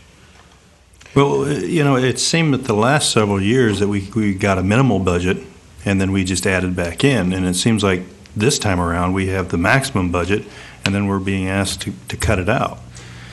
Now, what you did last time, when you say you got the minimal budget, you told me to come in with the budget 10% below. Right. Which I did. And so that was below a minimal budget. And so we anticipated, or I at least anticipated, that you would be adding in. And if those are the type of parameters, Jay, and that's what I'm looking for, if you want us to present a budget and there is flexibility in the revenue streams, then we will bring you a budget within that parameter. If you want us to bring you a minimal budget with a, God forbid, another 10% rate or decrease, then we can do that too. And I guess what I'm just looking for is what you're looking for is for your working document and how you want to prioritize that.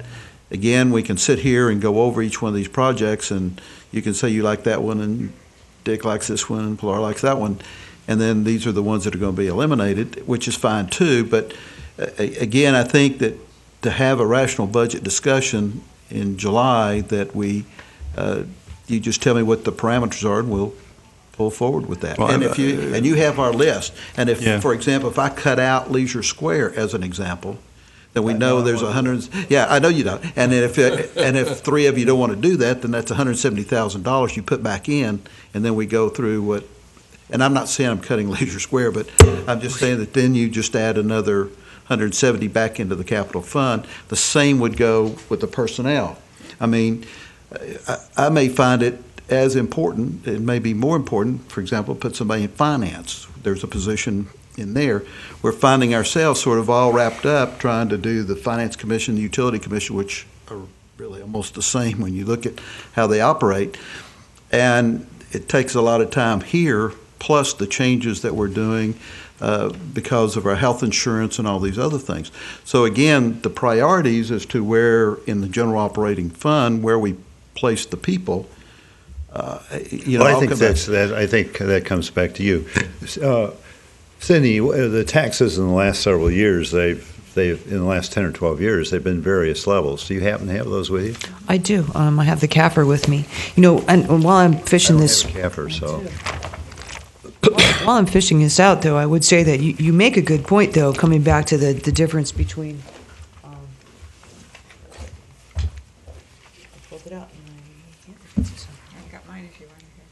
What page is on, if you find it? You left home without your. No, I have my CAFR. It was right here. You sure you don't have mine? I'm sure. This is mine. I'm sure you. I know where it is. If My you notes bum on me it your are. You know where it is? Okay.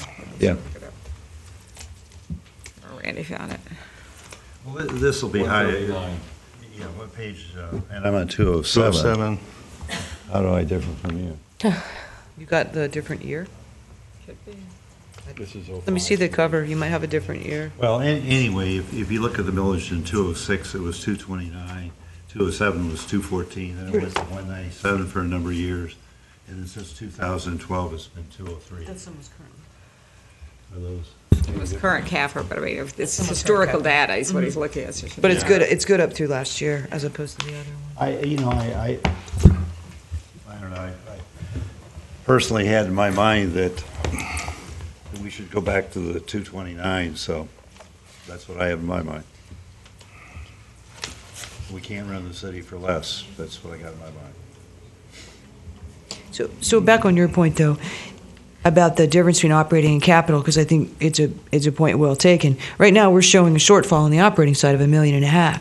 So first, you have to kind of overcome that threshold before you even get to the place where we would do something that we've not done in the past, which is generate ad valorem taxes and put them into capital projects in 304, unless your direction was some parameters that said we'll generate X amount more revenue. We want half to go to operating and half to go to capital. So you're right. It's not something that we've ever done that I can find. So we need some specific direction on that. Well, I named a number just for the. I'm sorry, I didn't get what you said. What I said is, I'm looking at a different one. Let's look at the one Jay has. It's the same thing, it's just returning to the different. 2006 tax rate. I would go back to assume. the 2006 tax rate Well, I as a think starting point. And how much? that is not much of an 229, increase. 25. That's not much of an Oh, increase. it's- And you're going to have to cut out a lot of this budget. I will tell you this, because this is always a helpful number. Yeah. Every tenth of a mil, every 0.1 of a mil, is $218,000. So you're talking about going from 203 to 229. So what's that? 0.27 times 218 times 2 with a little change, about 580. something like that. Yeah. And now you can make your point. 588 is what I. Yeah, and so our deficit right now is 1,500, I mean, 1,000,005. So it's 3 times that. Or alternatively. So you're prepared to raise taxes, that much to completely 30%. completely cover this? Let's. I mean, I'm just talking ideas, really. Yeah, I'm not asking you to commit now, but I mean. Yeah, and I'm talking 30%, and I think that would help not only here, the operating, but also into the budget area. And I'm saying that as a maximum. We still have a lot of negotiation to go.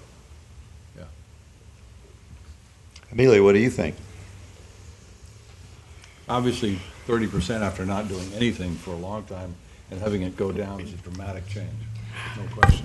I think we can not raise taxes, but then we're going to be right back here next year and the year after and the year after and the year after. So when do we address it? Well, I think I think one of the things that's an interesting point is that governments kick the can down the road, and I think we got to get back to the OEB too and make some assumptions on that and start that, and that puts another problem into it. But I think what Randy Old has suggested is in having a 5-year budget, you make it very obvious that you can't kick the can down the road, because last year we spent $200,000 in roads and $100,000 on drainage, and this year we suffer the consequences, and that happened before last year. You're kicking lots of cans down the road. You're kicking cans down the road. So the point is, as soon as you go to a 5-year budget, it becomes hard to do that, because you say, well, whoops, next year, instead of being $760,000 in road, if we only spent $200,000, now it's $1,260,000 next year. You see, so I think it's a good thing. I think he had a good idea. It traps us, the 5 of us. So we had. Mr. Old, can I get you to use the microphone, please? I'm sorry. Excuse me. We have cut deeper than we should have over the last few years. We anticipated the idea that we would be selling the utility, and we made some cuts for that. Now the economy has turned around, and we've got an awful lot to do. And in here is not, in these 5-year plans, there are other things that we haven't done. We haven't got succession for some of our management staff. We haven't got a lot of things in terms of planning that we need to be doing. And I just think that we've really got to bite the bullet and do something. And maybe 30 or 35% is too high, but let's set some kind of high limit and look and see what we can do to hone that down. But let's not say, okay, let's 10 when we know 10 or 15 is too low and we're not going to be able to reach it. It just puts the pressure on the next year and the next year and the next year. If you look at the 400 cities in Florida, we're number 336 in terms of taxes. We're way at the very, very, very bottom. And we have a lot of room where we can move it up. And we need to do it in order to keep Vero the way it is. We just need to. It's time to do it. Well, the reason we're there is because of, so far down the road is because we have the enterprise funds. You take the enterprise funds off, and we're way back up the list again. Absolutely.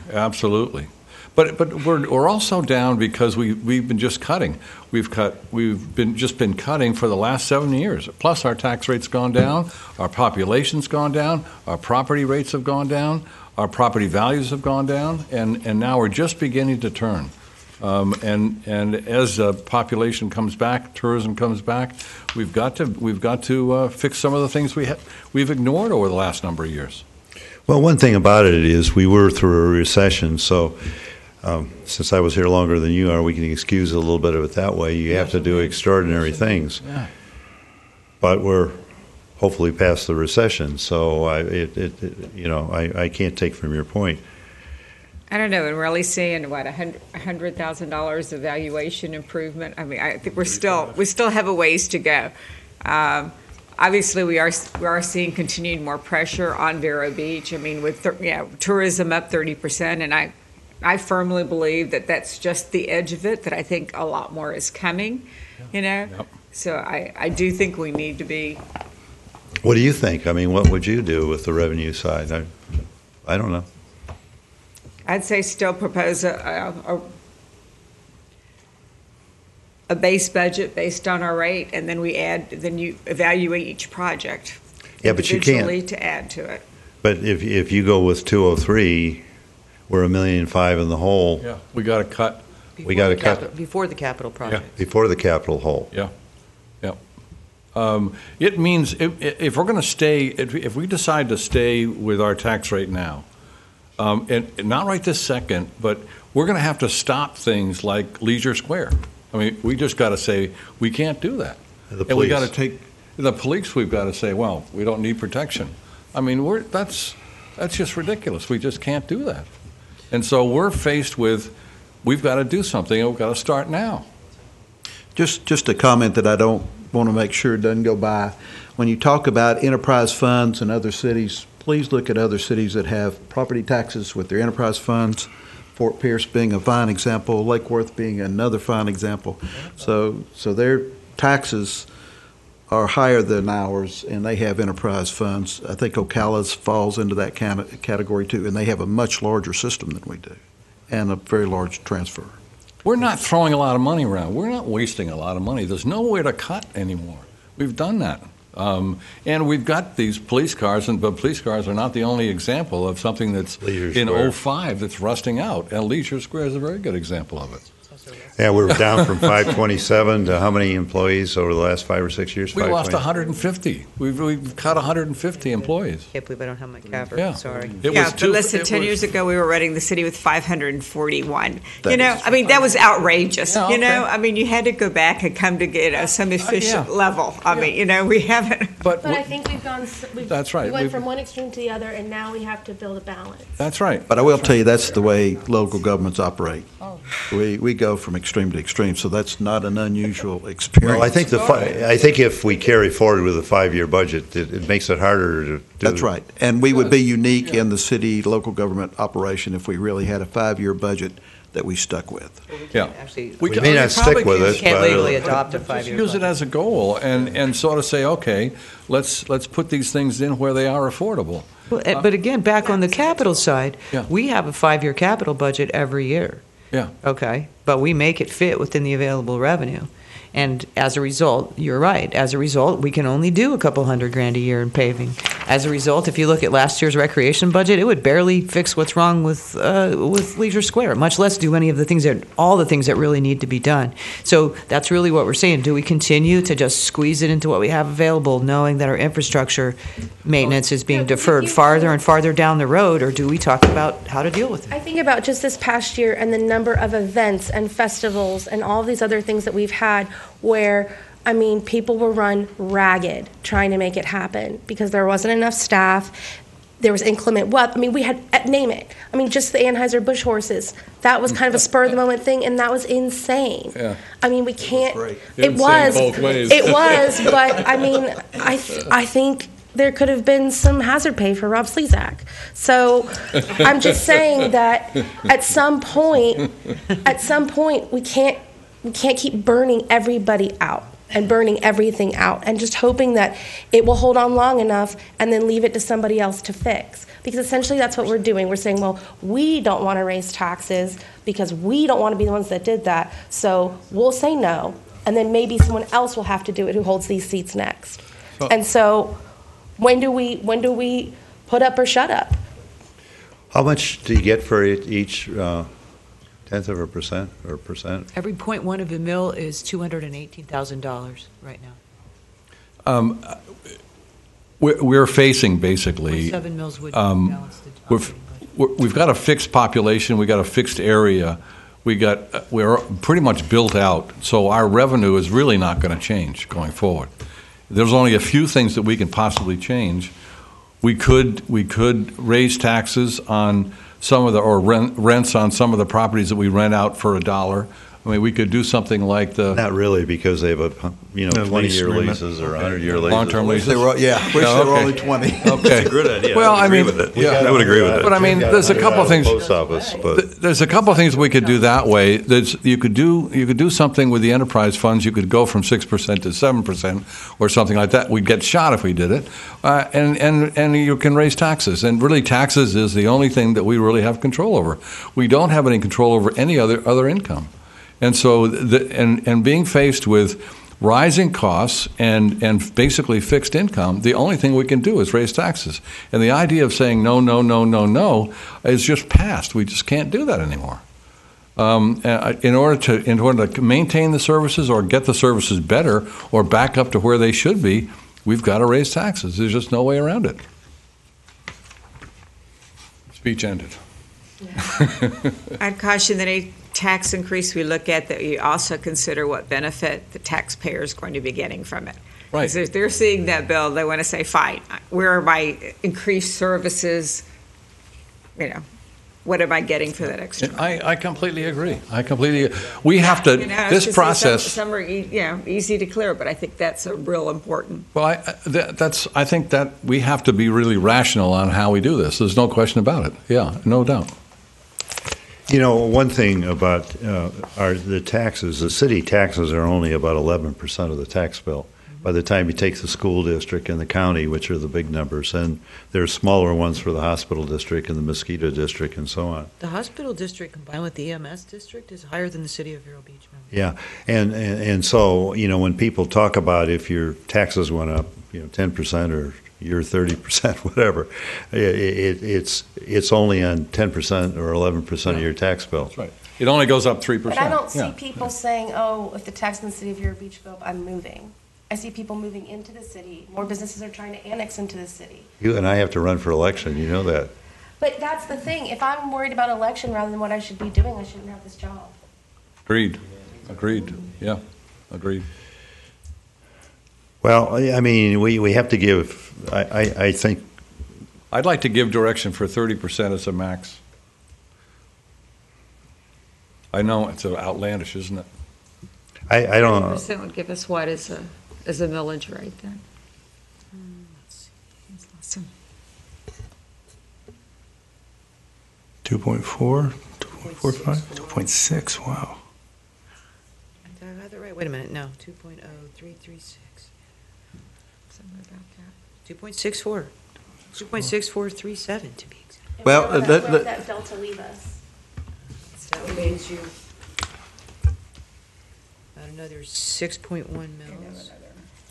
Which is going to get you another $1.3 million. So we Still close have the a gap. couple $100,000. close the gap in the operating fund. You haven't done anything for capital unless you split that out. And put Yes, some you'd in have capital. to, if you want to use it for capital, you'd have to split it out. Why don't we just put it this way? Why don't we bring that back as a starting point? Then we go through. Yeah, because we always get to change it. Oh, absolutely. And you probably are not going to like what changes I've made, so. And we might get some emails tonight. Absolutely. Cindy, what's the millage rate at which you've got to go out for a referendum? You have a fair amount of headroom, Ashley, last year, and it needs to be adjusted upward this year when I get the final certified value. But last year, you could have gone to a millage rate of 2.9 with a simple majority vote. So you have some room. See, you all, we've reduced rates, and we never, in some cases, didn't go up even with the rollback, so you have not exercised any power on adjustment of taxes in conformance with the state law. So you've kept it down real low, which gave you a lot of headroom going into this year. So rollback would lower the millage because the property values went up this year.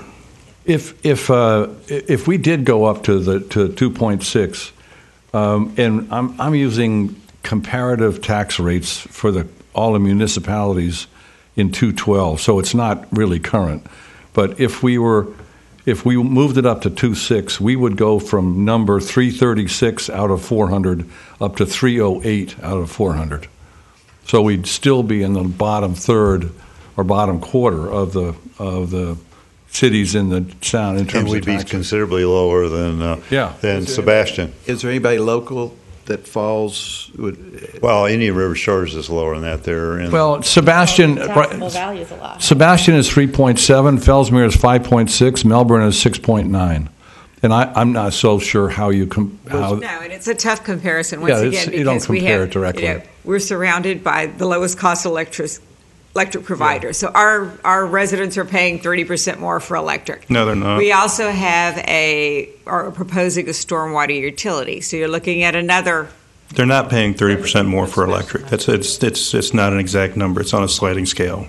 That's a talking point. Yes, sir. Comparison. whatever, you're still looking at high, a premium electric rates, I agree. stormwater utility tax being added. Well, we're not higher in electric than Fort Pierce. We're actually lower, but you're right. Florida Power and Light's certainly a lot lower Once than we again, are. this is just other ways that is that the city government is being supported by our taxpayers. So Right. that's all I'm making a And- statement is that you have to look at a total, tax package And- to the taxpayer. And we are supporting the county in some of the things we provide for them. So, yeah. Well, Jim, the number I heard was 264. I heard a number of about 30%, and we will work within those parameters, bring back a proposed budget. Well, just for the record, I'd like to keep the millage rate where it's at, and I'd like to see a little discipline and see what the directors can come up with.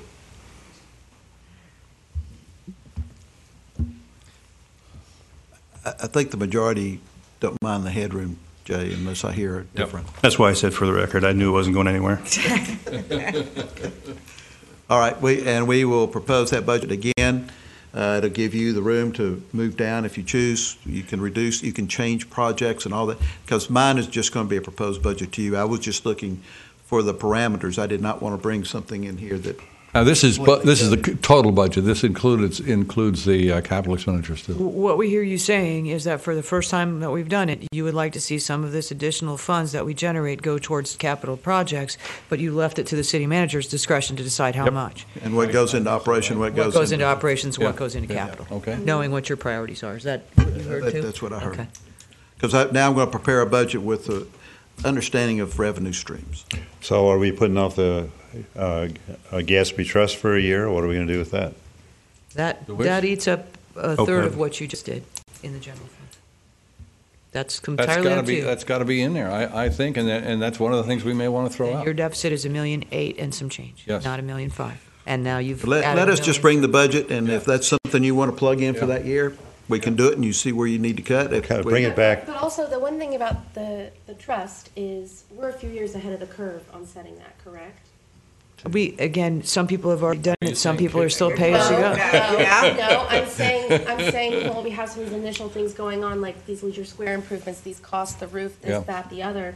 If we couldn't look at doing a tiered effect where in the first few years we put in this much, then we could double it, and then that could. Yeah. So that we could roll it bigger Yeah. and bigger as some of these other costs go away. Start the thing with a 10% surplus in it the first year, and then build. We could talk to the actuary. I think when you begin, when I think you're not allowed to show an amortization that's longer than like 30 years, but you Are could we doing a partially whole year fund the it. first year?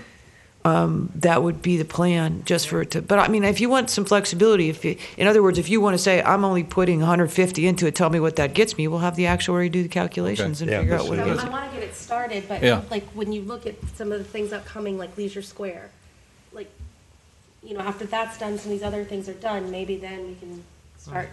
Now, keep one thing in mind, because again, we're heading down a path that you made the good point that I don't want to see us get too balled up in. There are operating costs, there are capital costs. You can take tax dollars, ad valorem tax dollars, and/or other sources in your general fund and flow them into capital costs, but they're not the same budget, and it cannot ever flow the other direction. 1 cent sales tax cannot be spent on operating costs. So although we're doing this, and we're contemplating doing this for the first time that I can recall, let's not start putting these two budgets together in our minds, because there's a lot of reasons that we can't. That's Right. all. One quick question for Jim. I saw that there was in recreation, a Humiston tower for the lifeguards. Yes. Now, my understanding is, can't the towers come out of the tourism dollars? Well, No, I mean, I'm just. If they would give them to us, Theoretically yes. speaking, Yeah. theoretically it's a capital, speaking. yeah, it's a capital project, and you could do that. Because we have a lot of numbers about the use of county beaches and how many people use that beach who are county residents or tourists in Indian River County. I'm just saying, we could go and make a case when they allocate those funds out. It's been allocated. To the other people, that's something. Well, we could also get it in for dune replenishment, and then we've asked for that, and that's an eligible source too. So Yes, I just Dan. don't, we can make the case, they can say no, but at least the case was made. And if it's a yes, that's 50,000 that we're not spending. That's legitimate. So if we started the OPED partway through the year, is that a partial payment? I mean, Again, it's an actuarial thing. I mean, it's not a percentage of anything. So the actuary would have to take our goals and objectives, put them into an impact thing, and say, here's how much you'd have to fund it each year for the valuation to look like this. I mean, I think what you got to do is get it started and figure out the minimum way we can get it started. Because once we start it, we'll keep it going. Yeah. Can we maybe What the get a hell? presentation from you? Need to talk. Can we maybe get a presentation from you at an upcoming meeting about the trust fund and the different numbers once you get them, and just kind of have a discussion when we have some more I can information? recap basically what the presentation we had with the Finance Commission, how it works, what it gets for you. There's a 2-3-pager our actuary gave us that's good reading, so I can make sure we pass all that I was along. there for that discussion, but I need to see the information again. So. And I think you should make some assumptions on the sale of the. Yeah. Yeah. We Maybe can put a contingent project on- contingent. Yeah. That'll make Cindy's heart palpitate. But No, again, I could put anything you want in there, but we can't spend money if we don't actually have it. See, Oh, there's a difference Cindy, between budgets and cash. There's a difference between budgets We all and do it. cash. No, I bet that your bank doesn't take kindly to it, do they? We won't budget a minus on the debt payment. We'll leave that alone, but we'll have another little sheet that says, if the revenues are here, this is what we would do with that money. yeah, if we figured we got conservatively 40% out of it, or 45, that's And again, the other thing I always emphasize while we go through this, and we'll be doing it in a couple of weeks, we're not going to budget right now to last us through September the 30th of 2016. Things will change across the course of the year, and you as council have the authority to amend that budget at any time that you see fit during the course of the year, as long as we leave ourselves flexibility and actual revenue. So, we'll hit it as a going in position on the 13th. We'll bring you something I think that reflects a good we should be starting able point. to do the whole budget in one day right now after this. It's up to your stamina.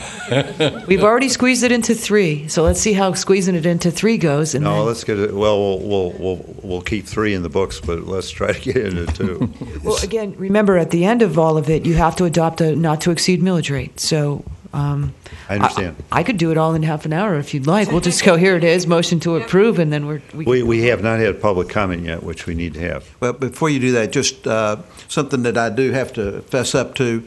We were having major problems recruiting lifeguards. I took 2 permanent part-time lifeguards and elevated them to full-time lifeguards, which reflect in here as 2 of a number in recreation. But we had to do that in order, because the other way, we were going to have to reduce the hours being guarded, and we did not want to do that.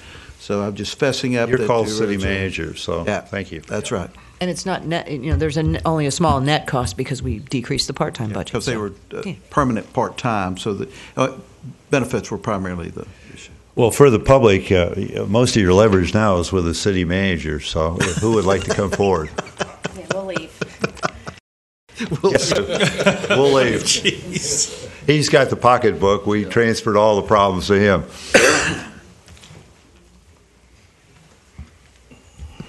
Sue Doneno, 5125 Tradewinds. The people who live in Vero Beach and the people who visit us expect excellence. Our quaint, beautiful little town deserves better than shabby maintenance, decaying facilities, and skimpy police coverage. We don't expect excellence for free. Raise my taxes, please. We got 1 vote anyway.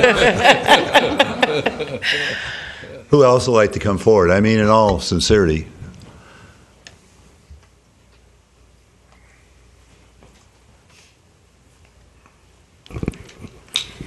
Hi, I'm Tara Mundy, Board of Director for Vero Beach Lifeguard Association, and I will go back to the point that our Chief Officer mentioned. Our population is growing and our public safety is extremely important.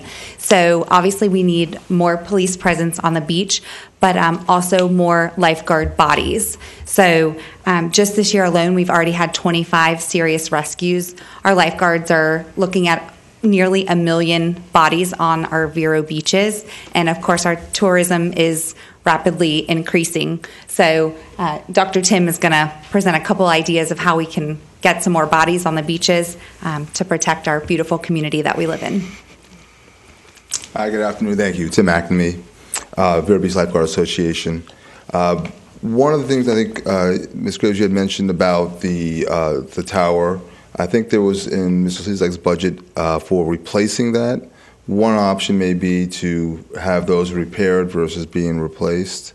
One thing we like to see is actually to increase the coverage and increase the safety is have what we call a chair in the air, which is more of a portable chair at Sexton Plaza and Con Beaches that would increase the visibility of the lifeguards throughout the city limits. I think currently we have 2 lifeguards stationed at Humiston and at JC. So especially during weekends and busy times, if you had those chairs in, you can actually station 1 per at each location, increase that coverage and visibility without really increasing the cost of your employment for that. So I think that is a couple of options that can be looked at either in this budget year or in the next budget year as you're looking at really a 5-year type of plan. But I think that will, especially as you've seen the last weekend with the incidents in North Carolina, I think we're talking about revenues also, and losing our beach access and increasing our safeties is a major component of our revenues for our county and our city. So thank you very much. Thank you. Thank you. Further comment from anyone? Dick, come forward.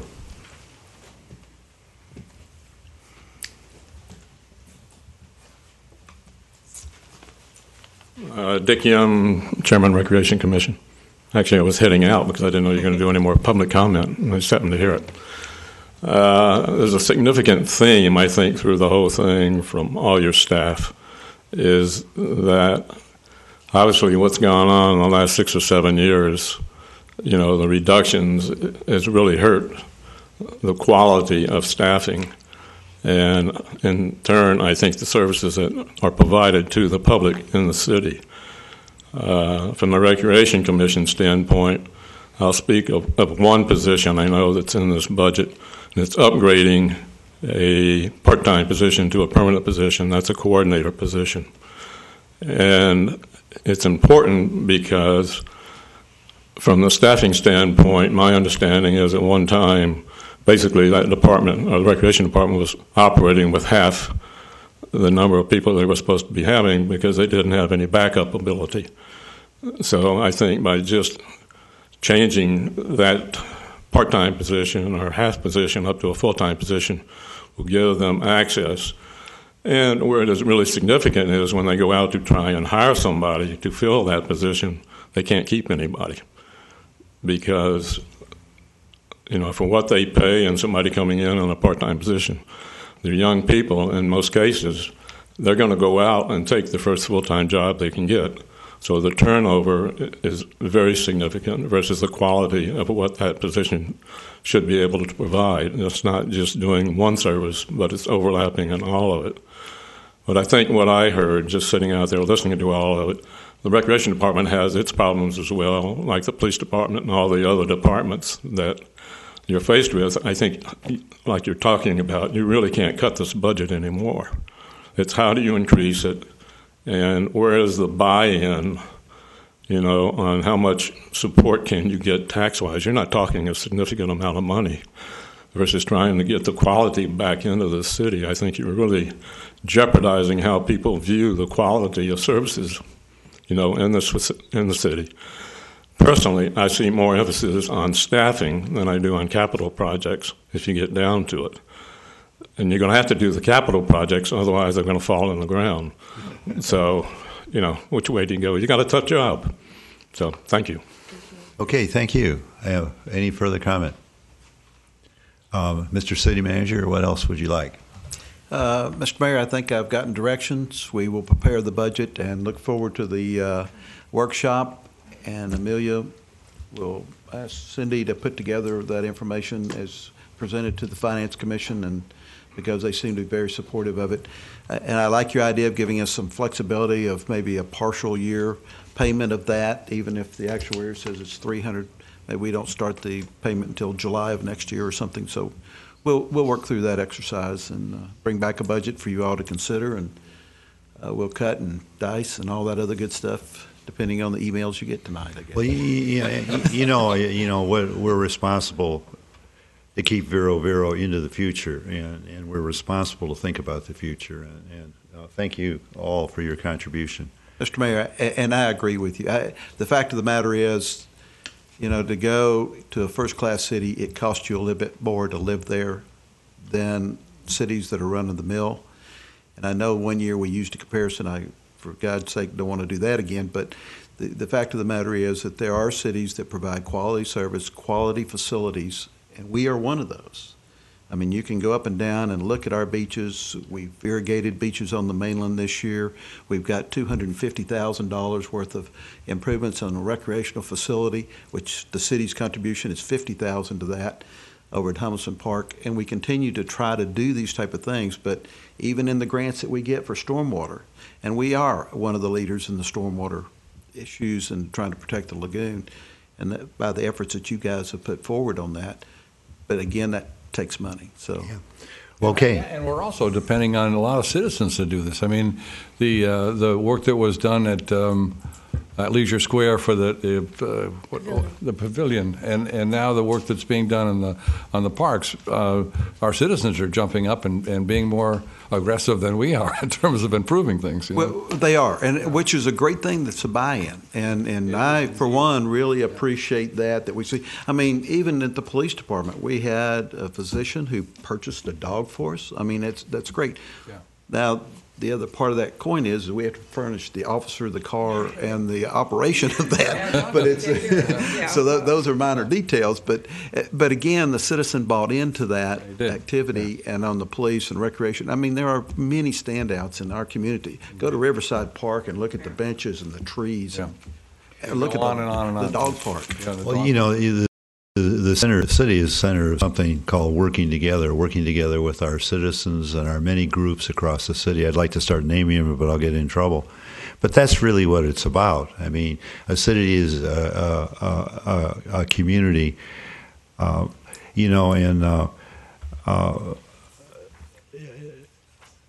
Charles Corral, and I've said this before, was once asked, he was from rural North Carolina, he was like me, a farm boy, and he said, how do you live in New York?